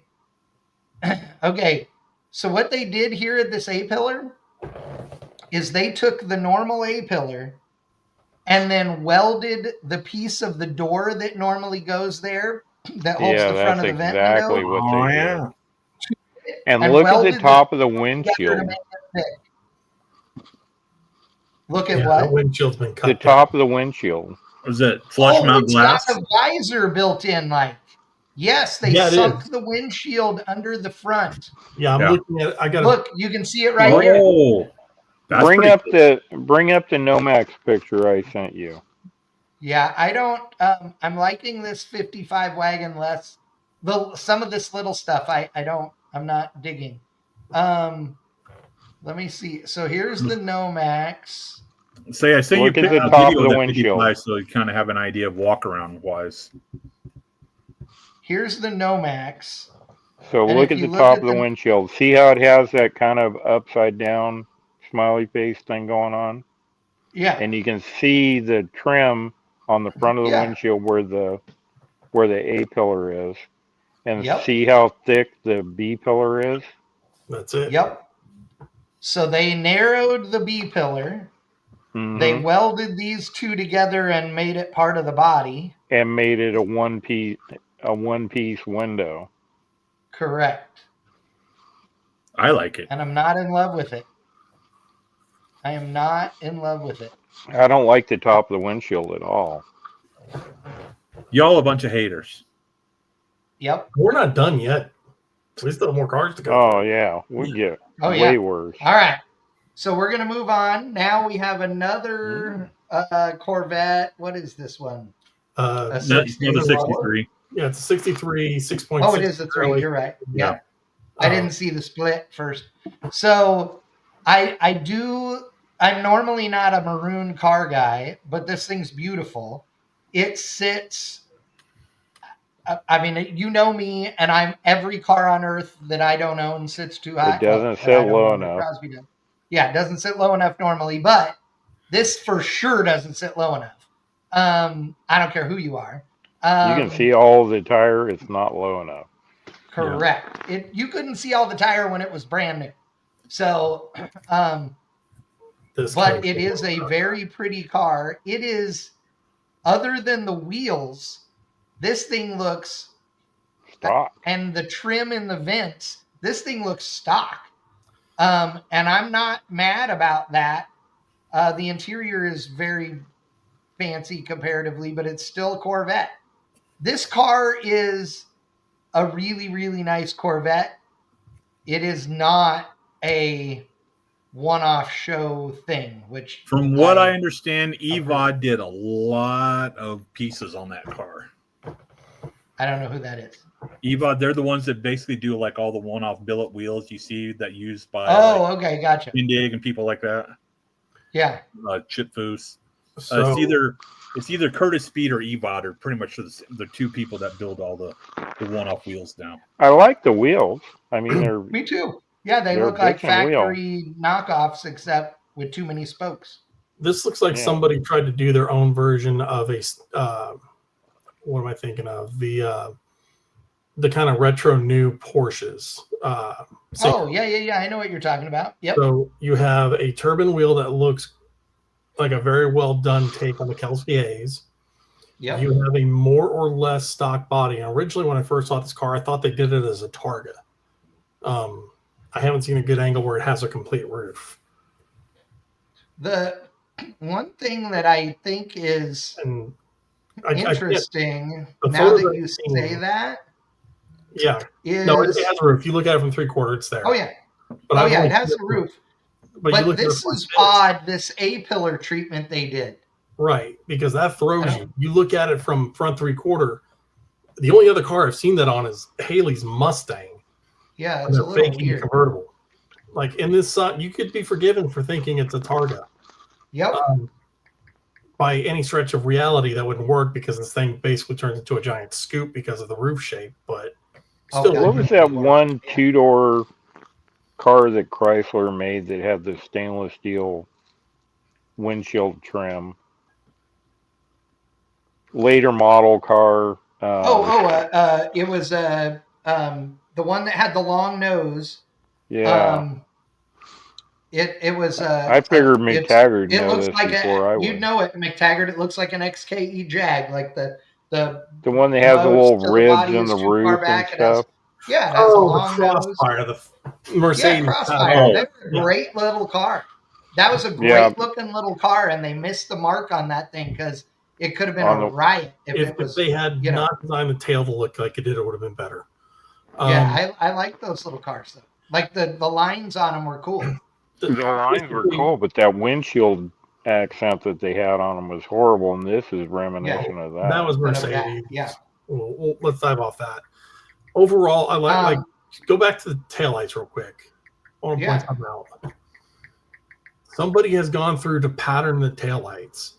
Like, I know this is Ridler, I know that's heavy detail, but still, that's a step to make little flower patterns in the tails. The interior, again, I loathe the color. Absolutely love this weird banana ice cream tone. But it's done really well. The interior looks seriously upper end. Like, that is something you would expect in a car you spent $250,000 on. Yeah. Oh yeah. I love the flat bottom steering wheel and all of that. I think that's neat. 63 look either. You have this 3-spoke wheel that looks more or less like the 63 sport wheel. You know what's funny too though is it's a non-tilt wheel. Okay. In a car so the first cars on earth to get a tilt and telescopic steering wheel were the Corvette and the Cadillac. And they all have had it forever since. And so it's funny that this thing has a non-tilt T-Bird with the slide out wheel. That was cool. Yeah. Swing wheel too. Yep. Exactly. All right. So the next one is this truck. And I on the surface, I'm not a fan of making a 30s or 40s truck into an extra cab. Like, it doesn't work for me. But the candy apple red on this thing, that is for real. The other thing on this thing that is pretty trick and is hard to do and do right is the radius fender openings that match the radius of the tire, because you have to be committed to the ride height and everything when you do that, because it is only right at that ride height. Like, that's a big deal to do that, and they nailed it, and the thing sits right. So I also love the wires. I don't know why, but on this truck it works so well. And I'm not a big fan of big wires, but yeah, they look good on this truck. I will give you that. I don't even know what it is. 37 Chevy sits. No, it's a 37 Chevy sits on a 502. Oh, it is a big block Chevrolet in it. That's true. Yep.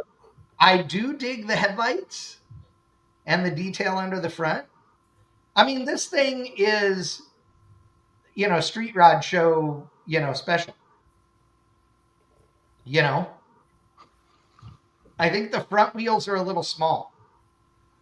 compared to the rears. I think Yeah, they're on that it's- kind of 70s mag look with wires. I'm not quite Looks like a Things you'll never 1720 hear out of combo. Chad's mouth ever again. I know, right? It's weird. I agree with you, Wickman. It looks like it's a 17 and a 20, which is too big a difference. Yeah. Now this. Okay, so those are either glide. No, those are glides. Those are glide seats, aren't they, Crosby? Mm-mm. I'm going to No? say They're, no, judging by the pedestals the seats are on. I think they're either Lexus or GTO seats. Oh, they I could be lean toward GTO. GTO. That's a good call. Yeah. I like that they didn't try and make it a full deal extended. They just put extra legroom in. Yeah. My issues with anything pre-50 is legroom. They're just smaller vehicles in general. Oh, yeah. No, they were. And granted, this thing's never really going to drive, but the idea is there, and the idea looks really good in application. The paint Why color does is it cool. have windshield wipers on it? And that's another thing, too, with these cars when they're in 20 by 20 displays. I mean, you get a lot of overhead lights, but you don't get a lot of lighting from the sides. So basically, No. darker colors like that tend to hide a lot of stuff. Yep. And I mean, like that image. And they there, don't have lighting shining on the side of this car. And I would if it were me, or a truck. Yeah, I mean, It's the case. that's where it comes into display, where basically, like your pedestal is on the outside display. Basically, you could do some type of LED light that projects 180 degrees and basically light up the whole bottom of the vehicle. I mean, that's where a lot of that stuff basically comes into play. Yeah, And this should have been up about 6 inches with lighting all around it. yeah, And it is raised up, but it's not raised up enough. I don't know. Yeah, it's not doing it for me. Okay, so the next one, though, I like this. This Roadster pickup. yeah. What is this, like a 35 Ford? Chevy. Oh, it is a Chevrolet. You're right. No, it's not. It it isn't. A No, 33 Ford Roadster. Okay, Oh, 33, same thing. 33, 35. Okay. Yeah, there it is. Oh, from I the thought it was side, a it looked like a Chevrolet Chevy first. grill. Yep. It did. You're I right, agree. McTaggart. Oh, I'm cheating. We had a guy write it up for Hemmings. Oh, I have to tell you, I dig. Cheater. Okay, so I think it sits way too high in the air. But the wheels are too big in the front. that's right. The wheels are too big, and the tire for sure is too big. But I like the wheel. The overall the wheels design are of the cool. car is. And they did a lot of work to get the headlights to fit the car. Oh yeah. I'm kind of on the wheels. It reminds me too much of a early second gen Camaro Z28. I was thinking that cross with a Little bit. Halbrand because Yep. it's got a little peak. But yeah, But here's a question that's been kind of bothering me on this truck. I mean, I'm not taking anything from it. I mean, it's a great vehicle, but was this basically possibly registered to compete for the AMBR and found out this competition and said, no, I'm going to go to Detroit? I mean, anything's possible. I have no idea. Yeah, because I mean, that's something that like I would have seen that at in Pomona versus Detroit more than competing Okay. for the Ridler. Go to a side view, Chad. Yeah, hold on. I wanted to look at one thing to see if it's really a Roadster versus a convertible. But okay, there you go. The angle on the back of the roof. Yeah, it's too much. It doesn't work with the tailgate of the truck. It Nope. doesn't carry through. The No. front fenders are really swoopy versus the rear fenders. I mean, it's kind of like The rear fenders, the radius doesn't match. The front's Right. not bad for the tire size. the but- front works. The back after the cab section works, but you're right. It's not cohesive. Yeah, it's Yeah, the back of the bed either needs to mimic the shape of the back of the cab, or it needs to lean forward like to mimic the roof. Yeah. One or the other. Yeah, it looks too square. I mean, with it's the a rest of very the well Scoopy built truck. car again, but Oh yeah, I mean, it's yeah. I mean, we're being really nitpicky here. Mhm. I mean, which is I mean, you're easy talking to about the do finest Monday eight morning cars. quarterback stuff, but Yeah, exactly. But I mean, I that's also kind of, think I think, what kind of, I mean, a curse to me almost is doing all those years of the indoor shows and being around those judges and knowing what each individual judge is like looking at and looking for. It's like you kind of, I would be down on the floor late at night after the show's closed, and those guys are out there with their flashlights. What motor And- is that, McTaggart? Roush built 511 cubic inch FE with EFI.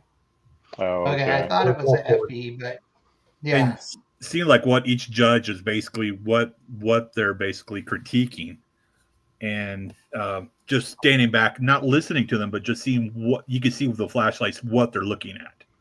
Yeah. So it's kind of like Yeah, because those- they are legit laying down under these cars. Oh yeah, and yeah, you go down there like Houston or especially Houston when they're competing for the Millwinder, is like 2 or 3 of them are laying on their back. There'll be one on the side, one in the front, one in the rear, and you got 2 of them that are walking around topside, and they're all mumbling and taking notes and just doing mental. And are they judging notes. it as are they discussing as a group, or do they each have like an area that they're responsible for judging and they don't really talk about that? I don't know. Both. I'm asking. What they Okay. do, what I've heard from Debbie's dad was a judge for this one year. He was a what do you call it, judge forever. But he did this. Remember that one year that Justin from Scott's Hot Rods was up there with that ugly ass convertible truck? He judged that year when Seduced was there. Okay. And basically they make their own sheets, and then they get together, and then they basically average everything out. Gotcha. Is what I was told. Oh yeah, and that's the thing too. Is like when those guys go in their judging room, the competitors are basically buying them lunch. I mean, it's kind of Right. Well, and most of these guys are part of the Michigan Street Rod Association too. So yeah, I did say the real part out loud. Yeah, I heard that. So okay, so I guess that was the last. I mean, in my opinion, I think they picked the best car. I mean, I know on I would ICA say that page, if I had to choose one of these based on our review just of these pictures, I would say that my favorites are this orange 63 Corvette and the Pontiac Chieftain from a personal taste standpoint. But for those at home that don't know, the winner was in fact the Battleship Gray 55 Chevy right here. So the Nomad is what actually won. Yeah. And it's a beautiful car. And as a guy that owns a 56 wagon, I love this thing. I could fix it. There are the things that bother me the most I could fix on this car. That Riviera won that one year with the big air tube running through the middle of the car. The big gold one? Yeah. But the thing is, that guy basically built that car to drive because, like, the next week he went home and was picking his kids up from school in that thing. Oh, yes. Well, he was autocross and at Columbus with us. And he raced it at Optima's Ultimate Streetcar Invitational. Yeah. At multiple events. Yeah, so that guy, Lanier, he's building some other fun stuff right now. I just ran a feature video on BangShift you guys need to check out of the fastback Cougar that he built. Fastback Cougar, and yes, I said fastback Cougar. Let me pull this thing up because it is impressive. And I thought it was something else. So this car, it was, what did they have it at? It was at Grand National. And it is, I mean, it's gorgeous. It's green, which I normally don't like green cars, but it's great, and it is. This thing is absolutely, yeah. This is Are it. those Ford should have made these in a fastback. I mean, dude. GT 500 taillights?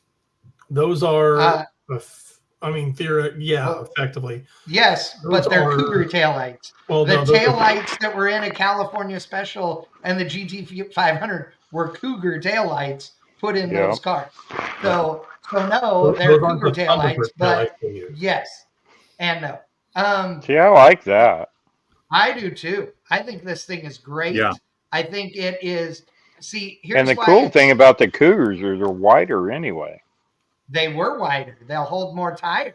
And they, so look at the grill on this thing and then look at the taillights. Like, I mean, they go together automatically, like I mean, that's the style. Remember, the Cougar was a Mercury. A Mercury was a much higher end car than the Mustang. And it had a lot more detail going on, and this thing's got a Kazi, Shotgun Hemi-headed. motor. Yeah, Or it's not awesome. shotgun. Oh, and they're actual like functional hideaway headlights too. Yeah. Oh yeah, absolutely. Oh, yeah. Yes, that was factory. Yep. And they were a this thing's lot cool. more expensive than a Mustang. Oh yeah, a lot more. Yes. Were those mechanisms mechanical or were they vacuum operated? Vacuum. They were probably vacuum then. Yeah. But Looks I like mean, a everything vacuum. else was then. 69 Camaro. Lincoln did everything all in those. vacuum. Right. Forever. And they worked good actually back then. They did the door locks and the windows in vacuum there for a while. They did. Yep. Yeah, so I dig the fastback Cougar. I'm not gonna lie, I dig it. I think they did a good job. I like the windows in the side because without the windows, it looks too heavy. I think they did a great job on that car. Personally, I think it's pretty cool. But this is your Ridler winner right here. And that's Again, I I love wish they those would have wheels. painted it.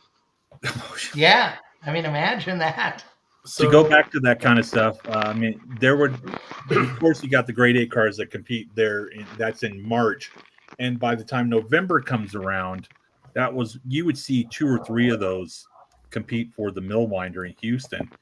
And I mean, there were nights where, of course, I would have the entire floor to myself, and I would just look these cars over that were either won the Ridler or were a grade 8 car.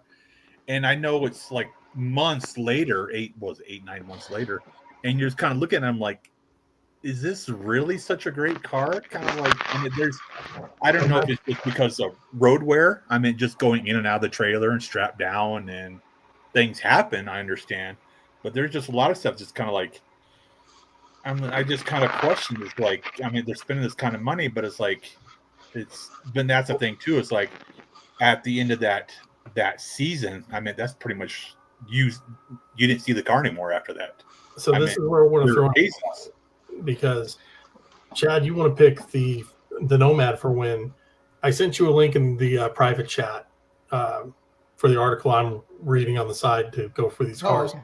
Scroll down to the 57 convertible where it's opened up and bring that up on screen. I want to point out a couple things. Oh, yeah. Okay. The I didn't what realize you I'm had saying one. about Hold on. could the car kind of live on after Ridler? And I sent Well, a video and on the that's 57 as well. Yeah, I know, but with the videos don't always play I mean, so good on there. But yeah, you can actually see that it's it's a full-on roadster. I mean, with there's no back seat. Oh, Yeah. Okay, gotcha. Oh, Yeah, yeah. but Oh, you you can- can see in this one picture You too. know what I mean? Hold on. There we go. Hold on. Let me go. So yeah, Taggart this was right. you're right. Yep, you're 100% right. This thing, Oh, it's it's got like it's got a Scroll down a little bit. There's Oh. another one from the passenger side that really gives you the idea. So with what you're saying, Wickham, yeah. See, so it's got Yeah. a little flop up deal, just like a Corvette does. yeah. Yeah. okay. Let's So go. a place to put all your 6x9s like an El Camino. Well, all these cars Yeah. have a show life. All these cars, they're multi-million. This is the one to me that is the most usable out of all of them. And really, this thing's a Yeah. real change away from greatness in my mind. I can nitpick some other stuff. This thing is a very nice car And that that would be- easily could be. I mean, yeah, the things that I don't like on this car are You don't like the shrouded pretty engine, easy we to are all change. agreed. And Now- yeah. we all Okay, Chad. agree the modern wheels suck on it. Chad, Yeah. question for you. All right, Yeah. you went to Lone Star Throwdown. You saw the Yes. best of show truck. How do you think that truck would stack against what was? Would it What be was a the great best to show contender? truck? What was The the best blue- to show truck? The blue and white C10 that was inside. Oh. Okay, hold on.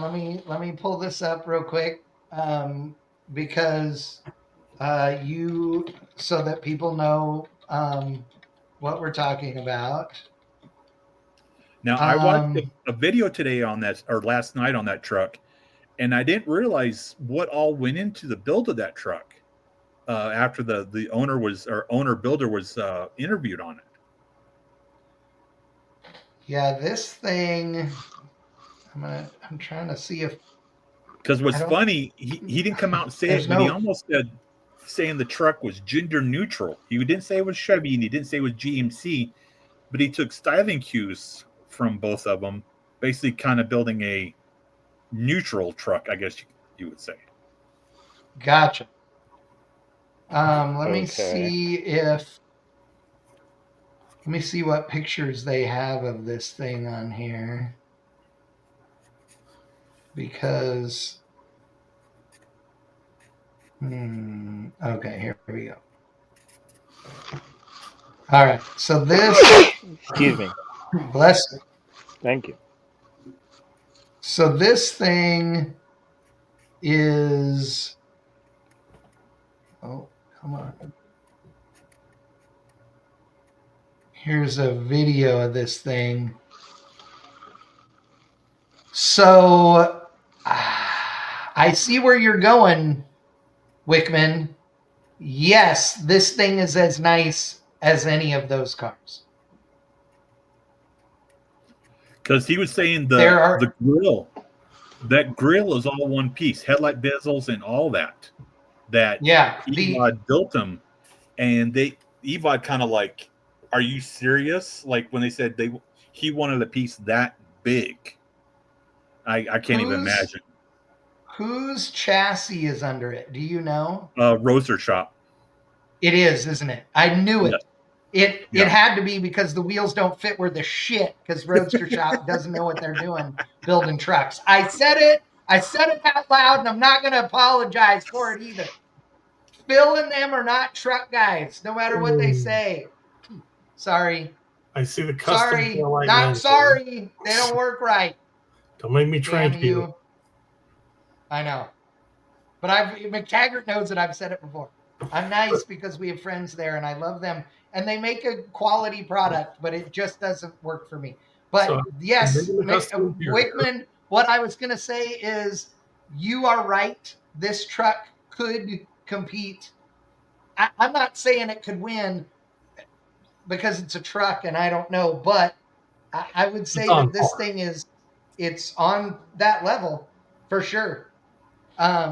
It would It's be neat to definitely see in someone that do a realm. build like that. I mean, to actually like build a truck and take it to Detroit and Well, try to there was- compete. Dude, there was How a there was a cool would guy that with a Charger be, like actually? mine competing there. Well, what? I'm sorry. That grill reminds me of an old pre-94 Dodge pickup.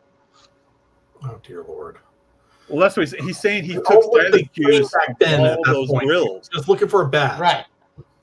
But on the subject of the truck being there, I mean, there was a dude competing in Detroit with a Charger like mine. Oh, It was okay. there in the. It's that white and red one that keeps popping around that everybody sends me every time it shows up somewhere. Oh, really? Yeah, Guilty. I've done it. yeah, I know you have. Because Digging in. McTaggart probably thought we could make it through a whole episode without a mini truck. I will say one thing. Okay, Dude, This was my favorite truck at LST. Okay, I'm not a Phantom Grill How does guy that- normally, but it's Phantom Grill, still 6 lug. The bed And treatment the wheels on it are was on excellent. backwards. Of course they are. 'Cause No, many truck guys don't I read directions. disagree. I like them doing scooping, not the other way, personally. But You'd rather yes, scoop flap? yes. Of Shut your all mouth. the trucks, all the photos I've seen, I do like the turquoise with the Cadillac front end. I do, for some reason, I really like that one. This thing is like all it has is seats and stuff in it. Like, look at the stereo in it. Look at All right, I'm going to throw this. Look If at that thing didn't have that steering wheel, didn't have those wheels, instead had chrome wagon wheels with spinners, still had the SE5 badges on the sides, and had the stock front end, this was a truck I was raised in growing up. Oh, I got Throw you. Yeah. that bumper in the trash. Yeah, I second I that too. That actually should am not have not the mad bumper at at the all. bumper. It's a Oh. later model Toyota, but I'm not mad at it. I know. Cut That that was- thing down about 3 inches, and then we'll I talk. agree. Dude, I but great agree. thing- It like needs to somebody be put a shrunk. button on a Mazda. What? Not The even a great button. thing about that truck, it's a long bed. It is a long bed. Yes, that is correct. Okay, so hold on. There's No, you're What's just the happy other- that somebody couldn't find another truck just like you. No, where he's is the okay, he's here's the taking question. points on the I road. put this on Instagram and Facebook and asked and got a jillion responses. Red line tires, yes or no? That truck, it works just because it's got red interior, my opinion. It I was going to say the does. black and red theme works over any other I truck. love this truck because this truck, I mean, it could be lower, don't get me wrong, but it is, I mean, it looks, other than the interior, the outside and the wheels, the outside is stock. Like, chrome grill, chrome Yeah. bumper, still has all the trim on it. I mean, this is like a Really? grandpa That's the truck that only somebody- the A, this is day 2. B, Chad, the next time you work on that Mitsubishi, please do me a favor. Cut a hole right in front of the seat so your nuts can actively drag on the sidewalk so you quit bitching about how high up a lowered truck is. I beg of you. I will. Your age, it absolutely. won't take much, but As much as I love my long beds, I did send a picture to Chad, which is a truck, my opinion, was my favorite just because of the wheels, the color, I think all works. And I like that this is- Okay. truck except for one thing. the what step is side that one extended thing? cab look. I like You this. really don't see that many Yeah. extended cab step I'm sides. not- I don't mind a step What- side. what There's is a it? reason What why. is They're it, fucking Crosby? hideous. The The step fucking side- bed. Oh, you That better can't regular stand the cab step side? works. They're, I the only handle the way step side. the only way those beds work is on a standard cab. Yes, Period. I agree. I don't agree, but that's okay. We don't have to agree. Okay, so You I'm like that going bed?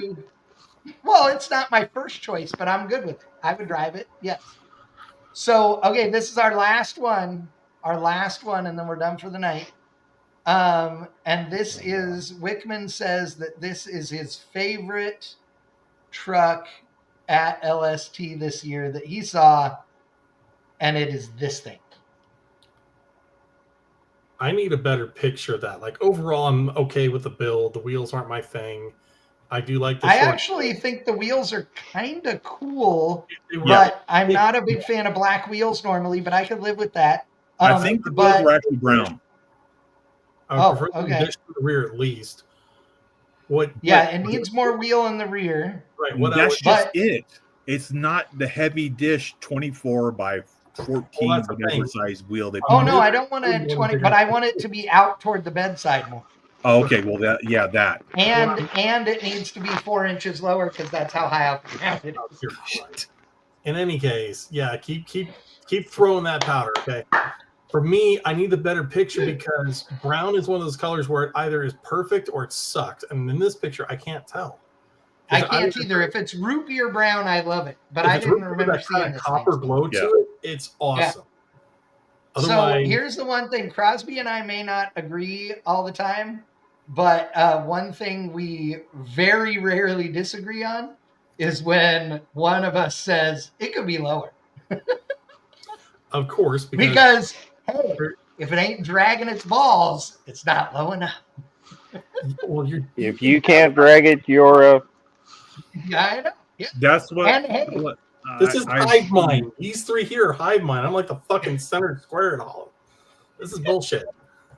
It was dude, brought to me. okay, it would be we need 9 people on the show so that we can have a 3x3 grid, and then McTaggart gets to be the center square. Oh my god, that'd be great. That'd be awesome. Holy shit, dude, you would love that. That'd be great. But it was brought to me that I'm building a 65 Ranchero that is going to be static at 4 1/4 inches off the ground, so with Which nothing is an inch hanging and a down. quarter higher than we've built stuff a bunch of times. So yeah. With no bags. My last mini no truck bag. was 2.5 inches off the ground, and I drove it every day. Dude, okay, my buddy Krishna's it was an 88, I believe. He had an 88 Mitsubishi Mighty Max, and he wanted it to be the lowest static drop anything. And he and I lowered it and lowered it and lowered it and lowered it some more in the parking lot at our apartment. Ultimately, the springs were chopped. It had drop spindles on it. It had 4-inch lowering blocks and all the leaves taken out except the main leaf. And that thing drug on. If there was any crown in the road, it would drag.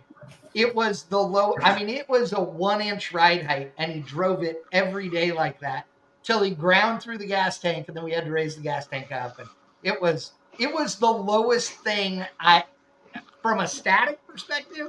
It was nuts to drive it every day, and he didn't care at all. It was great. I want to say my S10, I had like a 215 6015 on the front, and the front cross member was like 3 1/4 inches off the ground. Now my Mitsubishi, the front cross member was about 2 inches off the ground, so you had to be careful. And the rear, it would set. The rear was on air, so it would set. But okay, Steven says that he hates himself a step side. So, yeah. Good. Oh, him for Scott Liggett says, Crosby, how do you get in that lowered bed without a giant step over? Pretty good. Yeah, true. Uh-huh. I'm not that short. Yeah, right? My feet touch the ground. Yes. I tell people that all the time. That Crosby's favorite saying when Jay gives him a hard time about being short is, my feet touch the ground just fine. And I don't bang my head on my lift like he does. That's true. That is true. I think it's halfway funny because you walk into Crosby's shop and Crosby and I can walk under the lift no problem. Jay cannot. Bam! Every time. I've done that a couple of times. Basically, bounced my head off the lift. That would explain some things. Yeah. Yeah, exactly. Crosby, those two impacts wouldn't be enough to explain the total damage. Yeah. What? All right, ladies and gentlemen, boys, that was a good show tonight. I appreciate you guys as always. Hey, I have to say something before we hang up here. It's nice seeing McTaggart smile again. What's going on over there? Dude, you know what's funny about that? You say that. I'm kind of liking that. Me too, but you know what's funny is that he's actually had a pretty rough week. So this is cool. Like, it's funny because he's like, yeah, I agree.